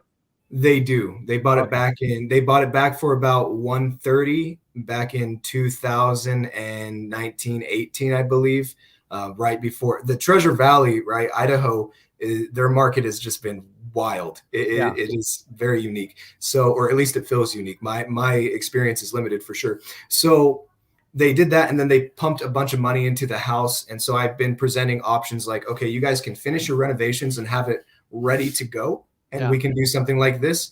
Or, you know, you guys can just go now and it's going to be at a way deeper discount. Yes, love. Yes, you can go put on your costume.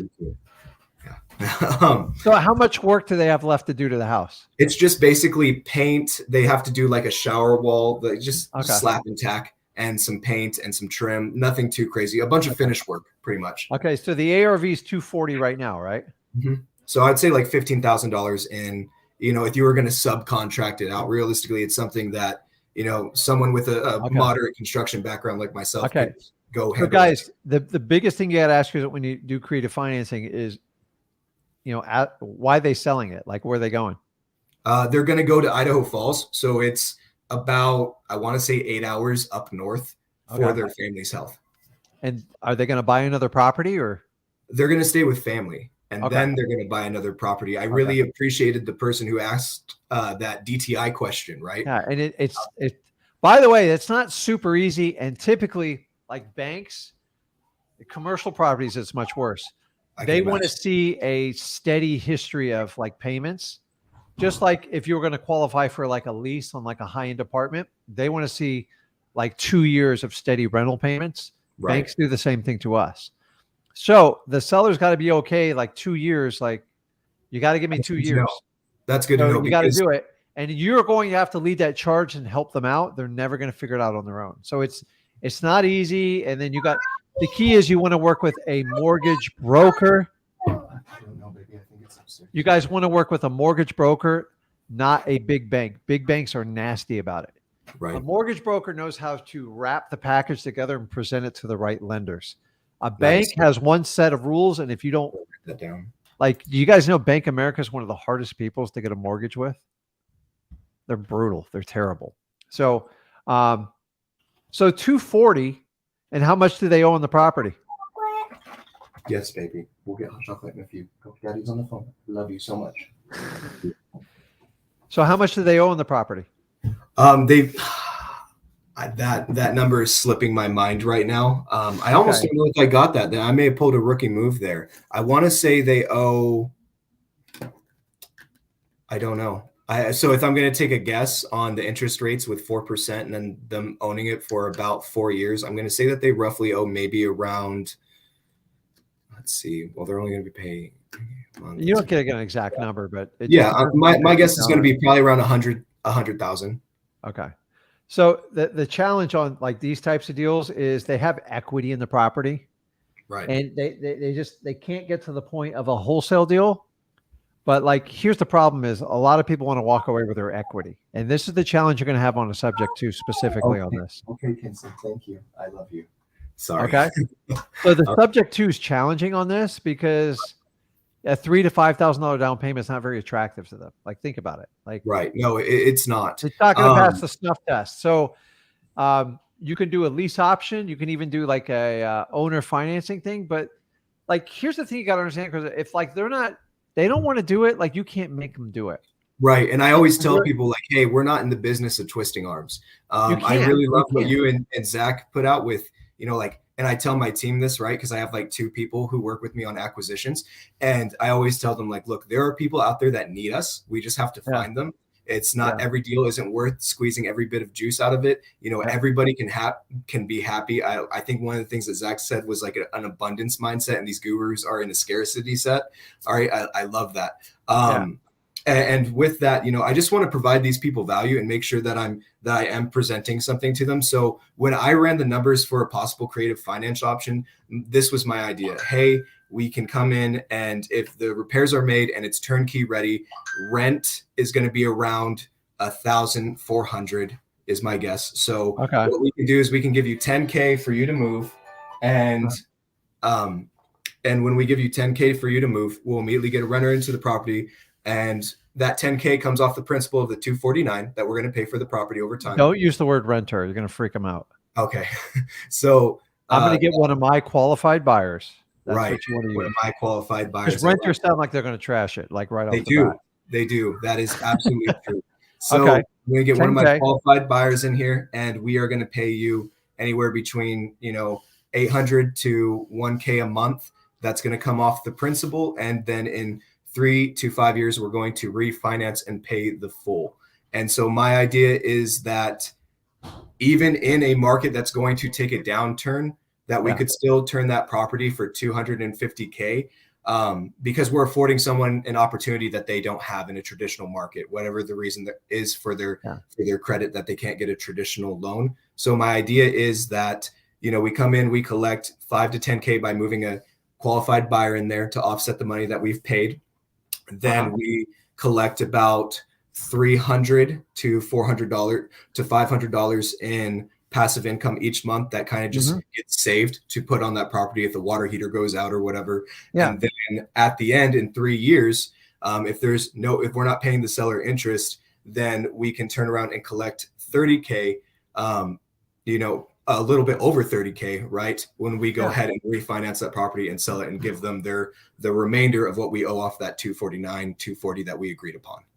Is that like the right mindset? Yeah, it is. You have to simplify your offer. Like so many of you guys want to go deep in the weeds on the paperwork, and it's simple as this. Listen, what if I give you 10 grand up? I give you a purchase price of 250. You finish everything in the house because you know it better than anyone, and you always compliment them on better than I do. Okay. The first step of sales is agreement, right? Number 2 is we'll give you 10 grand down. Okay. So their advantage is they're not paying the 10 to 12% it's going to cost them to sell the property, because that's the difference in the equity on it. Offer them $1,000 a month. I think anything less than $1,000 is going to be a tough pill for them to swallow. And then basically, here's the key. You ready? Yeah. You got to ask for the longest term possible. Because that's going to offset my risk. Well, it is. And then remember, the debt keeps getting paid down. Exactly. So here's the key: is they're 4 years into it, roughly, right? Their payment. Okay. You understand every year on an amortization schedule, more money goes to principal. Now, the reality is in the first 7 years, predominant 90% of it goes to interest. Okay. I had an example just like this. It was tight, just like this. Find out they're in year 16 of the mortgage. Like, are you kidding me? Like, it completely changed the numbers. Yeah. Like, shoot, I could have this thing paid off in like 8 years. So the key is I always ask for 5 years, 60 months. Okay. The shortest window you can do, in my opinion, is 3 years, 36 months. But I'm just going to tell you, I would say 5 is where I feel tight.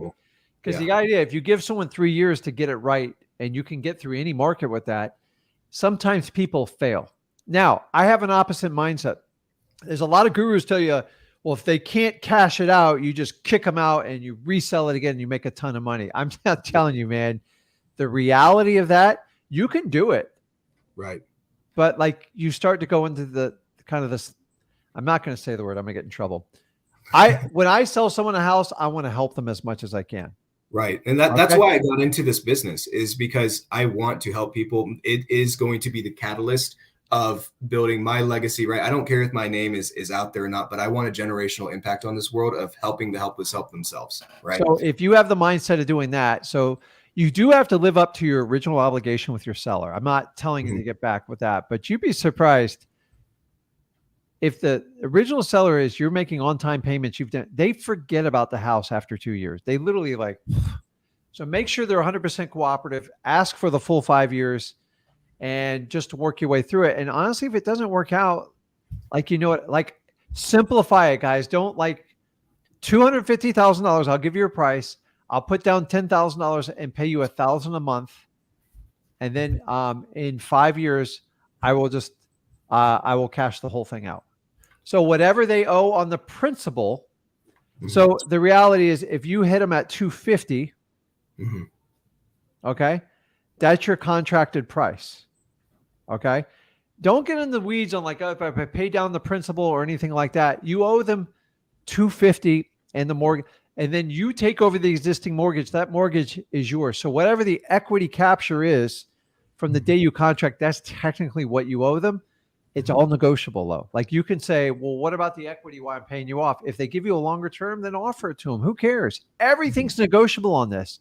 The fact that the mortgage is still in the early phase, you're not talking about a lot of money here because a predominant amount of the money is going towards the interest. When you start talking about a mortgage that's 10 years in, I did one, I found it 8 years into a 15-year mortgage. I'm like, are you kidding me? Like, I'll just take over the whole thing.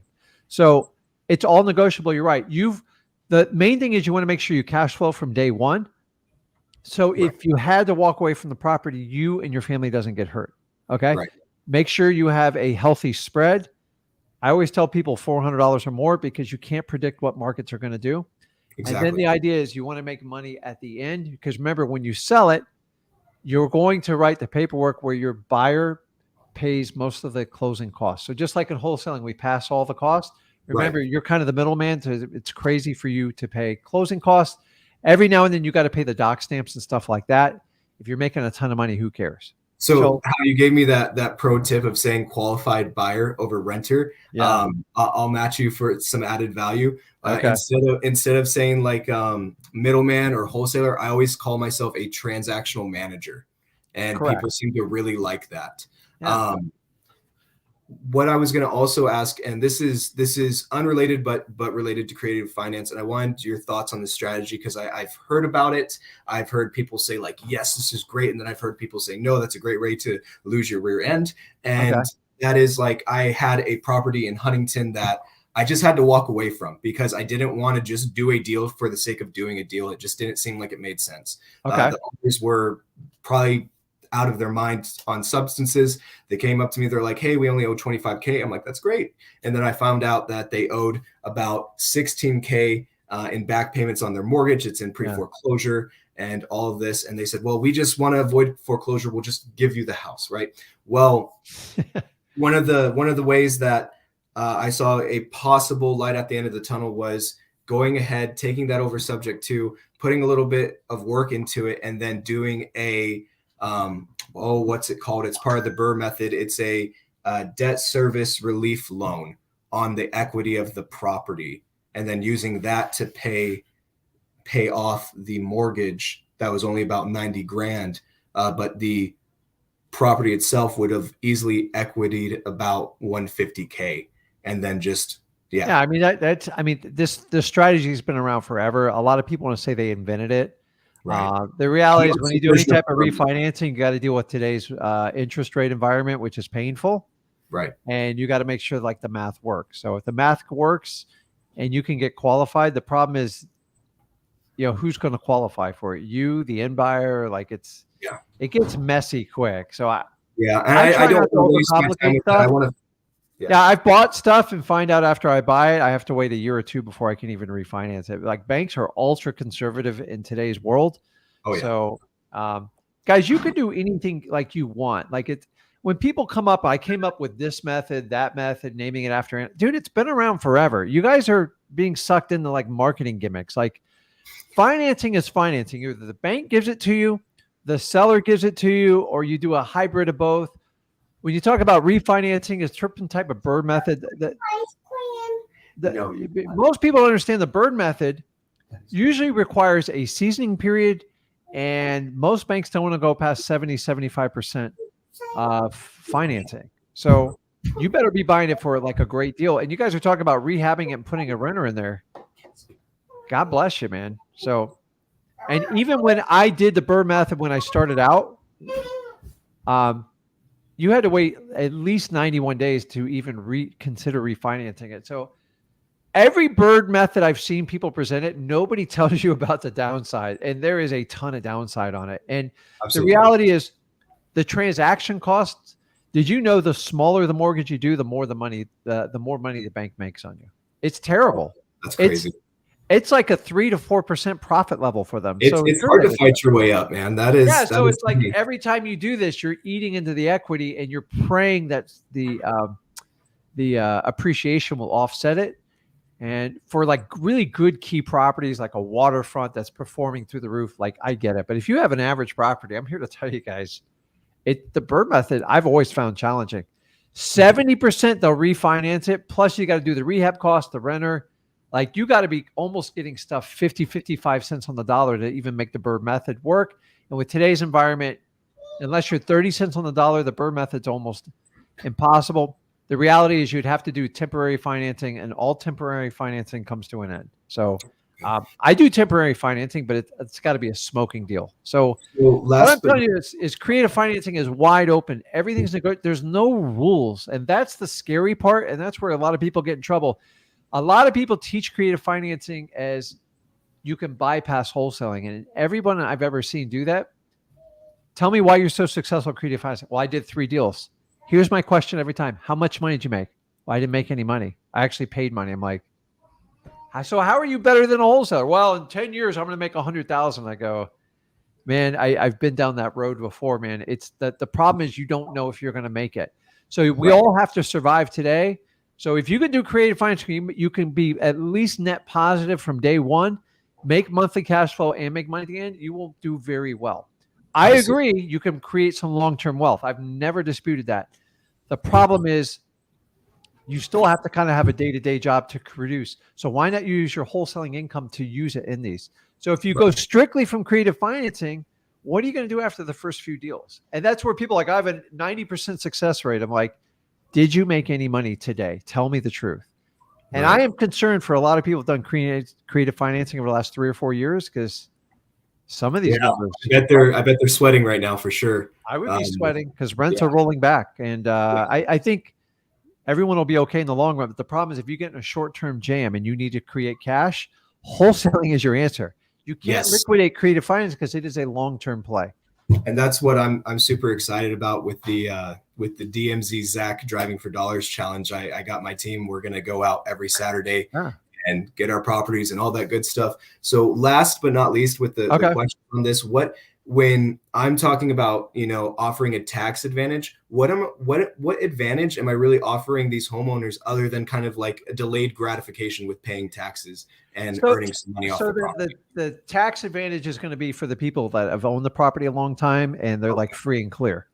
Okay. Because I'm not here to give them like tax advice. So like, don't take this as it. Nothing is legal advice here.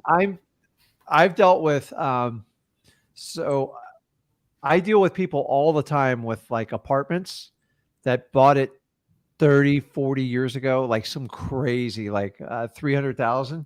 And now they're worth 3 million. And they're like, Rick, if you guys don't know this, like small apartments, 50 units and under, most of the paper is traded like hand to hand. So most financing on like apartments is usually 5 years or less. Sometimes you get 10, but a lot of it, like people do short because the banks want to turn money over all the time and just keep it rolling. So most of the time, an apartment in 5 years, it's usually worth more and everyone's covered. So the problem is the guy bought it for 300,000. Now it's worth 3 million. And say he's like, 87 years old. Every one of them will tell you 9 out of 10 go, Rick, I want to sell it to you. I would love to hold paper for you. I just don't want to pay the taxes on it. Okay. They'll all say the same thing as Snarewell. I don't want to pay taxes till the day I die. And like, okay, like, you know what? You've earned it and your estate's going to be, he goes, they can eat the taxes when I sell it. My kids are like, and so what? It's a big fat tax. Now there's a million strategies to offset the taxes. I go get people to help me out. I don't solve this stuff. Like I'm not a tax expert. I just say, hey, listen, he wants to avoid taxes.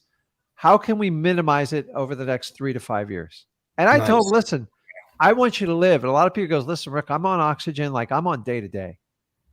I'm like, okay, I get it. So if we figure out a 3 to 5 year plan and then deal with it afterwards, but somebody has to pay the tax bill like eventually. So there's all sorts of things you can do with a land contract. There's certain types of trust. Guys, It's over my head. All I do is go to a tax expert and go, hey, listen, you understand real estate. Here's his position. He bought it for 300,000. It's worth 3 million. He wants to sell it to me. He'll give me a good deal. He'll do the financing, everything. But here's the deal is he wants to minimize his taxes. How can we write this? And then I see them to write it. Like I do not come up with it. And they'll give you 3 options and you go, okay. And then I explain to them, I go, I got 3 options. Which one you want to do? And usually you're talking to his accountant, his lawyer, and they go like, yeah, that's correct. We can do stuff like that. That's it. That's all they go. I don't want to pay the taxes and I don't want to deal with the headache anymore. So how can we make this work? They typically want their price, and I know that. So I will give them their price and then I reverse engineer the whole other thing. Okay. So if you guys find an elderly person, like think about it. If you were 90 years old too, do you want to pay the tax on it while you're alive? Some people do because they think it's the responsible thing. Other things like, okay, my kids only get what, 200, they only get what, 2.3 million. And I like, who cares?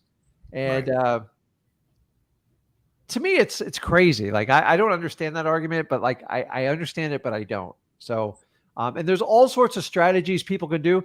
You know, there's a thing where you can buy life insurance and offset the tax benefit, but a life insurance on a 90-year-old man's is probably not even feasible. Yeah. I bought a guy once some type of policy. I bought terms. I bought whole life. I don't know how to do this stuff, guys. I just go find the experts and go, hey, how do I accomplish this for him? All we're doing, Christopher, is solving problems. And with the internet and the ability to connect with any all over the world, go deep. Don't just search an internet on a forum. Go, okay, how do I do this? Hey, how can I accomplish this? And then what I learned is you can do installment payments and you can make a majority of them like interest, do a land contract, do all sorts of installment payments. And then it's up to the IRS and the accountant what's recognized as income and not. Dude, don't try to figure it out yourself because I don't want to get in trouble and I don't want to give bad advice. I go, hey, we have this option. We have this option. Which one you want to do? So when I talk about the tax savings, it's typically for people that are older that don't want to pay the taxes right now. Eventually, we all pay the tax if we're alive or dead.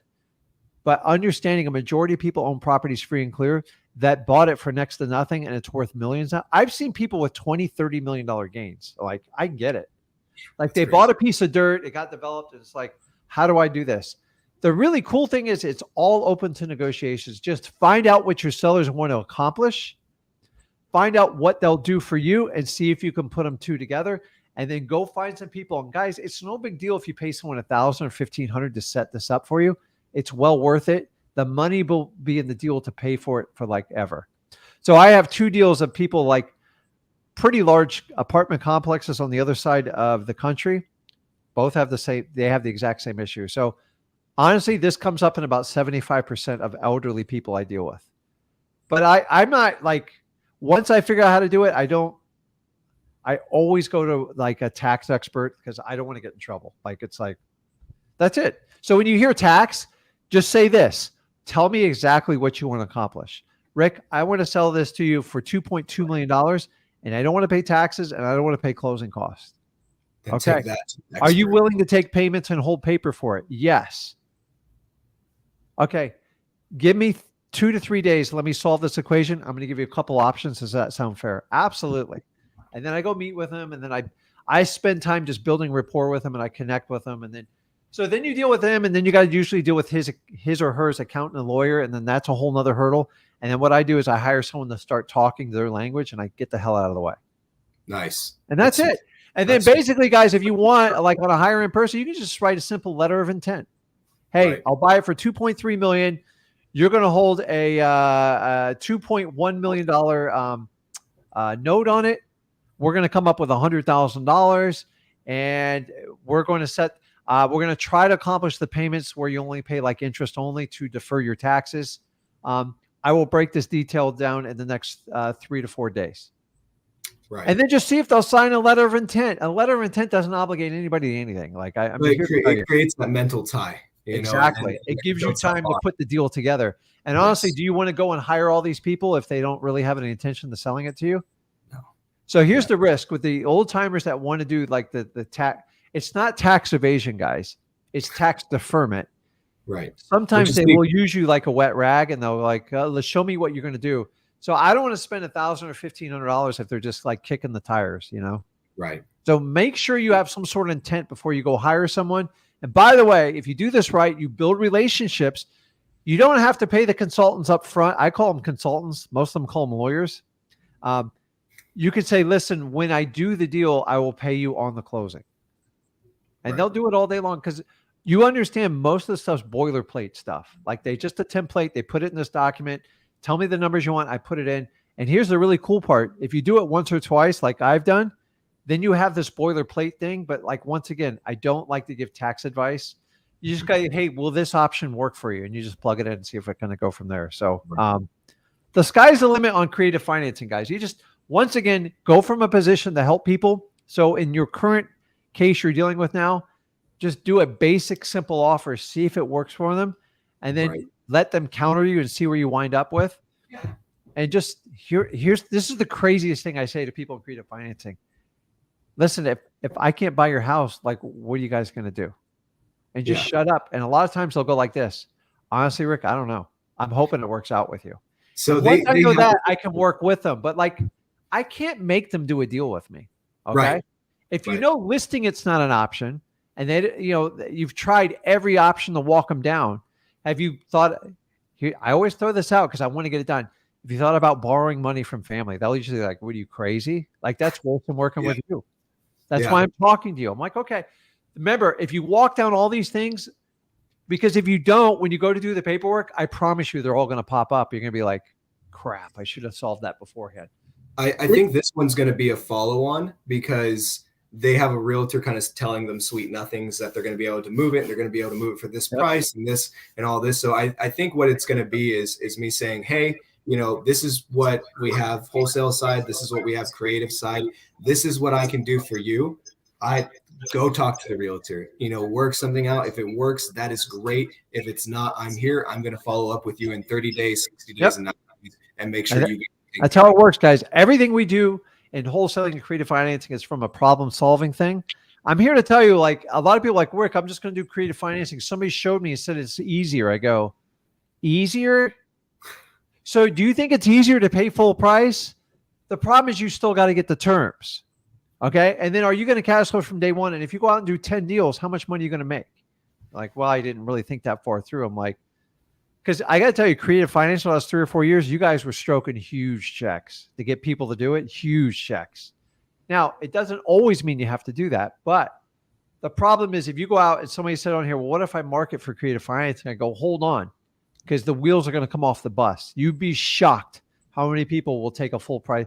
Everybody wants a full price offer. The question is, are they willing to take the terms for it? And that's where your wholesaling background is everything in creative financing. You can't just give the seller everything they want. You're going to get killed. You got to find sellers that have exhausted every option, and you have to be a true professional and help them out, even if you don't make a profit with it. And if, I promise you, the ones that you help out for free, it will make up tenfold for you. And that's how it works. So, okay, bud, thanks again for your service, and keep in touch, man. Okay, man. I'll see you. Okay. Nick, you there? Yep. What's going on, Nick? What can I do for you?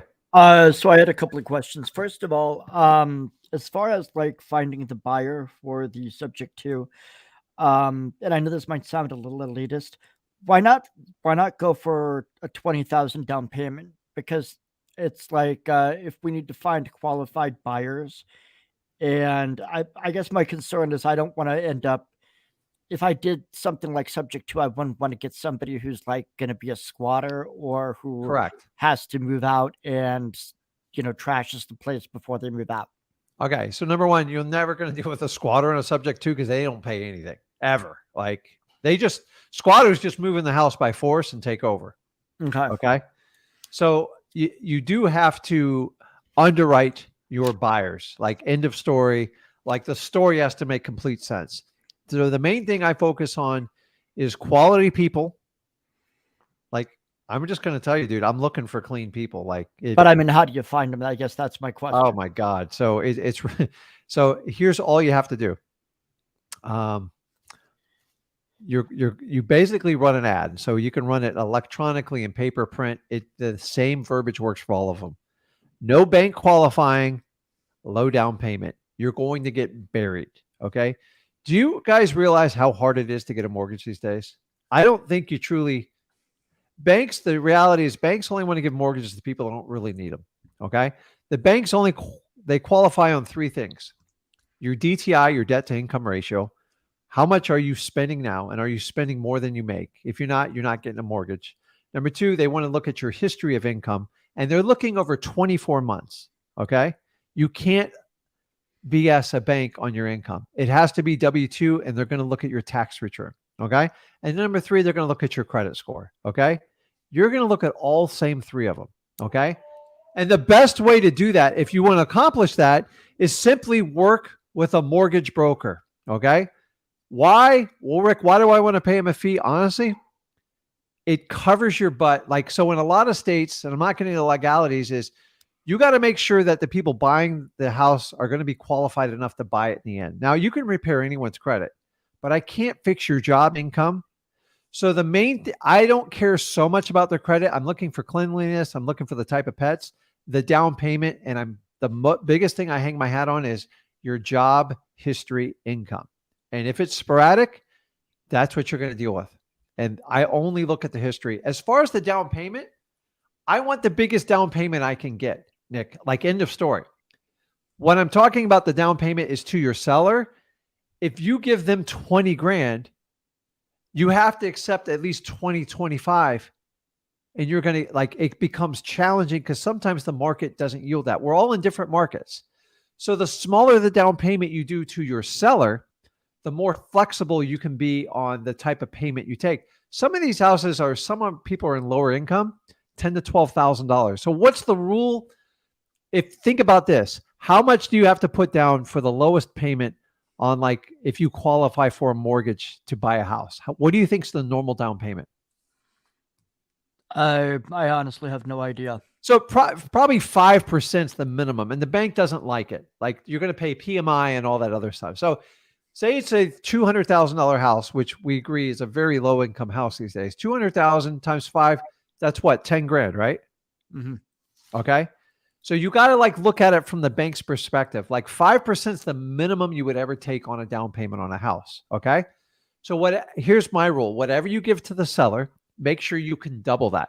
So if I give a seller 5 grand, I have to ask for a minimum of 10 grand. Remember, it's a minimum. And I have some people that go, Rick, I want to give you more. I got extra money. A lot of people got extra money set aside. If I give you 35 grand, can you lower that payment from 1,500 to like 1,300? Dude, I'll do it all day long. Because you're right, Nick. The more they put down up front, the more they're bought into the property. So if they're going to give me more, significantly more, I guarantee you they're going to ask you for a lower payment. Give it to them. Because I'd rather have the money up front than spread over 3 or 5 years. Mm-hmm. So it's all negotiable, but you will find there is a limit in what people will pay you. Now, here's my concern. I made a huge mistake once, and I want you guys to learn on. You ready? Yep. People that offer you giant payments, be wary. Be very wary. Number one, where did the money come from? And number two, what kind of problems am I walking into? I took one of these deals. I took 55 grand up front. Wow. And it was a disaster. They subleased it. Long story short, like the wrong people got in the house and it was a nightmare. Okay. So it's one of those things where if it's too much money, you better start asking a lot of questions because it's going to be problematic. Okay. Nobody just puts up huge chunks of monies like that for no reason. You're buying a problem. So 5%, the max you ever take typical on a property would be 15%. Anything more than that, you're buying problems. Like it doesn't make sense. So they're trying to hide something on you. They're going to run some sort of legal operation, or they're going to run something that you don't want in your property. So here's a simple rule, guys. Whatever you give to your creative financing deal, double it. Double what you expect. So if you give them 10, you have to do 20. And if you don't think the market's going to hold that, then you have to lower that number. And that's how I protect myself. Over the last 4 years, a lot of you guys have been putting down $20,000 to $50,000 down payments. What are you going to collect? $40,000 to $100,000? It's insane. This is how I got in trouble doing creative financing. I gave everybody whatever they wanted because I had the money. And then I found out 3 years later, I got killed.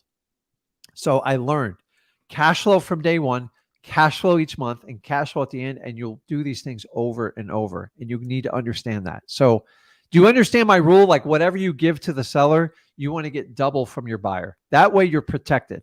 Okay. Mm-hmm. So even if you had to negotiate a little bit, say you gave 5 grand and you asked for 10 and they go, will you take 8?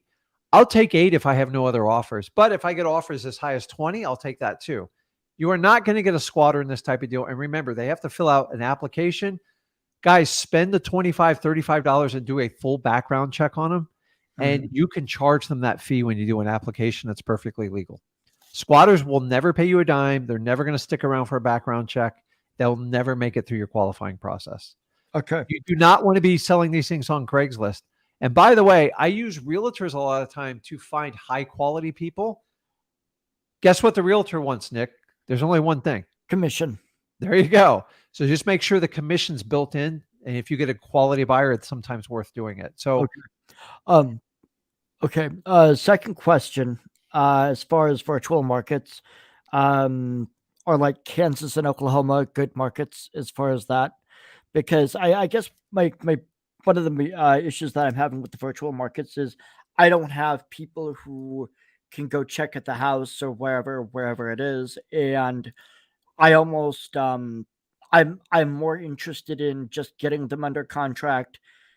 Not sure how to do that virtually, but then just like focusing on finding the cash buyers. okay. So what were the markets again? Kansas and Oklahoma. Okay. So Oklahoma's got some crazy, I guess there's statutes. So just make sure you look in that one first. I've done 1,000 things on it. I'm not here to scare people. Okay. Kansas, you're fine there. Are you mainly looking like from the wholesaling and do overflow of any type of creative financing deals?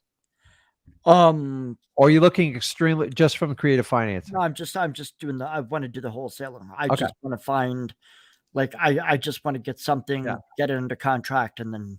So you want to find the virtual market that is most that you think you're going to have the best success in. Whichever one you pick, it doesn't always mean you're right.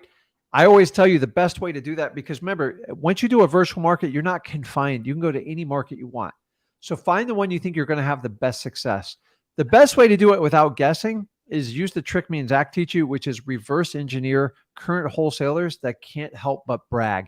Get on their cash buyers list, look on their Facebook feeds, and start identifying the areas where they're having success today, not 6 months ago, not 2 years ago, today. And here's the thing is, you're using their ego to your advantage because you don't have to spend money to find out where people are making money. The old days, we had to do comprehensive, like crazy type of stuff to figure out which markets work. Today, you don't have to do that. So if you really want to find out instead of completely guessing, you can use data, but data is always dated. Okay. If you're picking those two markets, find wholesalers, subscribe to their groups on Facebook, whatever it is, Instagram, whatever, and find ones that are having success, get on their cash buyers list and start scrolling through and look at the zip codes, look at the price points and see if they're selling properties right now. And that will save you time and money for you. Because if not, you're just going to do this blindly. And it's going to take you 3 months of data to find before you find out if you're going to be successful or not. So I like doing it the opposite way. Reverse engineer it. It doesn't cost you any money, so you might as well put the time in now, and then you'll learn a lot more about that market. I don't know, because we're talking states and it's geographically huge. So look back through like Flip with Rick. Me and Zach did a thing on like which markets are going to be the best and which ones will help you out. And maybe that'll help you out with it. But like the problem is a lot of you guys are guessing. So if you're going to a market because you live there, you went to school there, like I get it. That's part. The boots on the ground, you're going to have that problem no matter which market you go to. So don't let that be a determining factor. It's painful. I'm just going to be brutally upfront. You got to find someone that go around, take pictures for you, make sure they do the job, and make sure they don't piss people off. Then occasionally you have to have them help you out, get stuff notarized, get signatures signed, and deal with some difficult cash buyers, and see if they'll do the basics before you give them those tasks. And be prepared. Don't trust anything anyone says. Make sure they do exactly what they say. Take the pictures. I'll send you over the money. And make sure if you offered them $50, pay them $50. But the boots on the ground, you're gonna have that same problem no matter which market you pick out. So don't use that as a qualifier. I guess I'm just overthinking the competition aspect of it, because I know, like in my area here in Nebraska, a house can go up for sale or whatever, and within like a day it seems like a realtor has already snagged it. So I'm overthinking the competition. It does, guys, but I'm here to tell you, Nick, always do your local market. the wholesalers are thinning out. And remember, only the speculator wholesalers are thinning out because they don't understand how to operate in today's environment. So don't leave. That's the key, because it's going to seem like it's getting difficult right now in 2023. But I'm telling you, by like late spring, summer, there ain't going to be anybody left in the game except us. Okay. And that's when you can absolutely make a killing. So always be in tune with your local market. Mhm. Don't let competition dictate if you're going to stay there or not. Okay. The exception to that, if you're in San Diego, San Francisco, Manhattan, or like Miami, there's such established market with huge price points. I'm just going to be brutally honest. Unless you're okay and you've got funding sources, those are challenging. Okay. Mhm. So Nebraska, I know it seems saturated. It's going to change, dude. I'm just telling you right now. Okay. Just start taking the temperature of your local market. Virtual markets, you can pick anyone out. So find one where someone's having success today. It's not hard to find. Like, dude, all day long. And just, you can use some of the even recent politics. I'm not talking about politics, but like you can find out where people are coming into, like appreciating areas. You can find all the statistical stuff you want through Zillow and Trulia and stuff like that. And then find a market, find 3 or 4 markets and just start signing up for cash buyers list and find the zip codes, find the price points. You're like, oh my God. Like I'm telling you guys, we have just begun. You know, if you guys go to other countries, like it's really hard to buy properties. Like they're blown away, like how you can just freely buy properties in America. Why not take advantage of it? So reverse engineer it. You'll do very, very well. The boots on the ground. You're just gonna have to find people that do what they say, and it's a pain in the butt. Okay. One last thing. Are you is Zach going to be doing any more videos on how to find cash buyers and that kind of a thing? Because I guess I'm worried about not being able. I don't want to get something under contract and then after 30 days still not being able to find a cash buyer. Yeah, just go on the YouTube and Google, like everything we do with it. The one thing I tell you is, guys, create more flexibility in your contracts, meaning your inspection periods, because you're going to need them. Okay. Because cash buyers are not committing in a day or two anymore. Mm-hmm. Most of them are 2 to 3 weeks. Okay. And you got to leave meat on the bone for them. Otherwise, so you guys got to find the accurate ARVs, and we need to like get it done. So leave yourself more room. The 1 or 2 days for a cash buyer is not realistic anymore. Okay. And you're going to have to spend more time with cash buyers than you ever have before. It seems like a foreign skill set, but this is the norm of wholesaling. This whole thing where you don't have to get to know your cash buyers and do anything, that's going to be on hold probably for about a year and a half. Okay. Awesome. So just spend more time with them. So I don't want you getting stuck with the contract at all. That's why if you give a 30-day inspection period, that gives you 2 to 3 weeks to figure it out. And you just don't wait till the 29th day to get out of the contract. That's like a pet peeve of mine. If you know you're way off on price, like figure it out, either get out of the contract or renegotiate it. And you guys need to, like, when people are giving you a difficult time with the number and they're not going for your go for no, and you reach for that price, make sure you preclude that conversation as like, okay, well, if we have to revisit a price reduction, just understand it's coming. Meaning if this property doesn't check out perfectly, I'm coming back to you for a reduction. And so if I get closer to that price, I'm already doing that with them up front. Okay. And that's one of the things we've changed too. So guys, sometimes like properties, not all properties sell for wholesalers. It doesn't matter. It happens to everybody. The idea is I don't want you getting out of 50, 60% of your contracts, because that's where it's a nightmare. Okay. It'll burn you out. And you don't want to do that, Nick. So, but go through, we got plenty of videos to help you out with it. And we just did some recent ones for you to help you out. Okay. Thanks. You guys okay, have man. a good weekend. Okay. Awesome. Bye.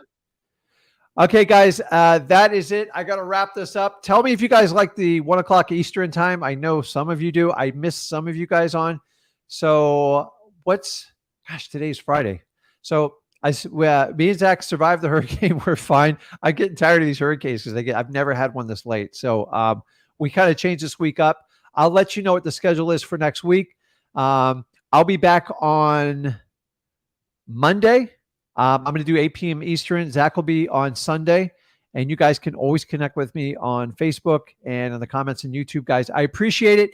Make sure you subscribe to this channel if you haven't.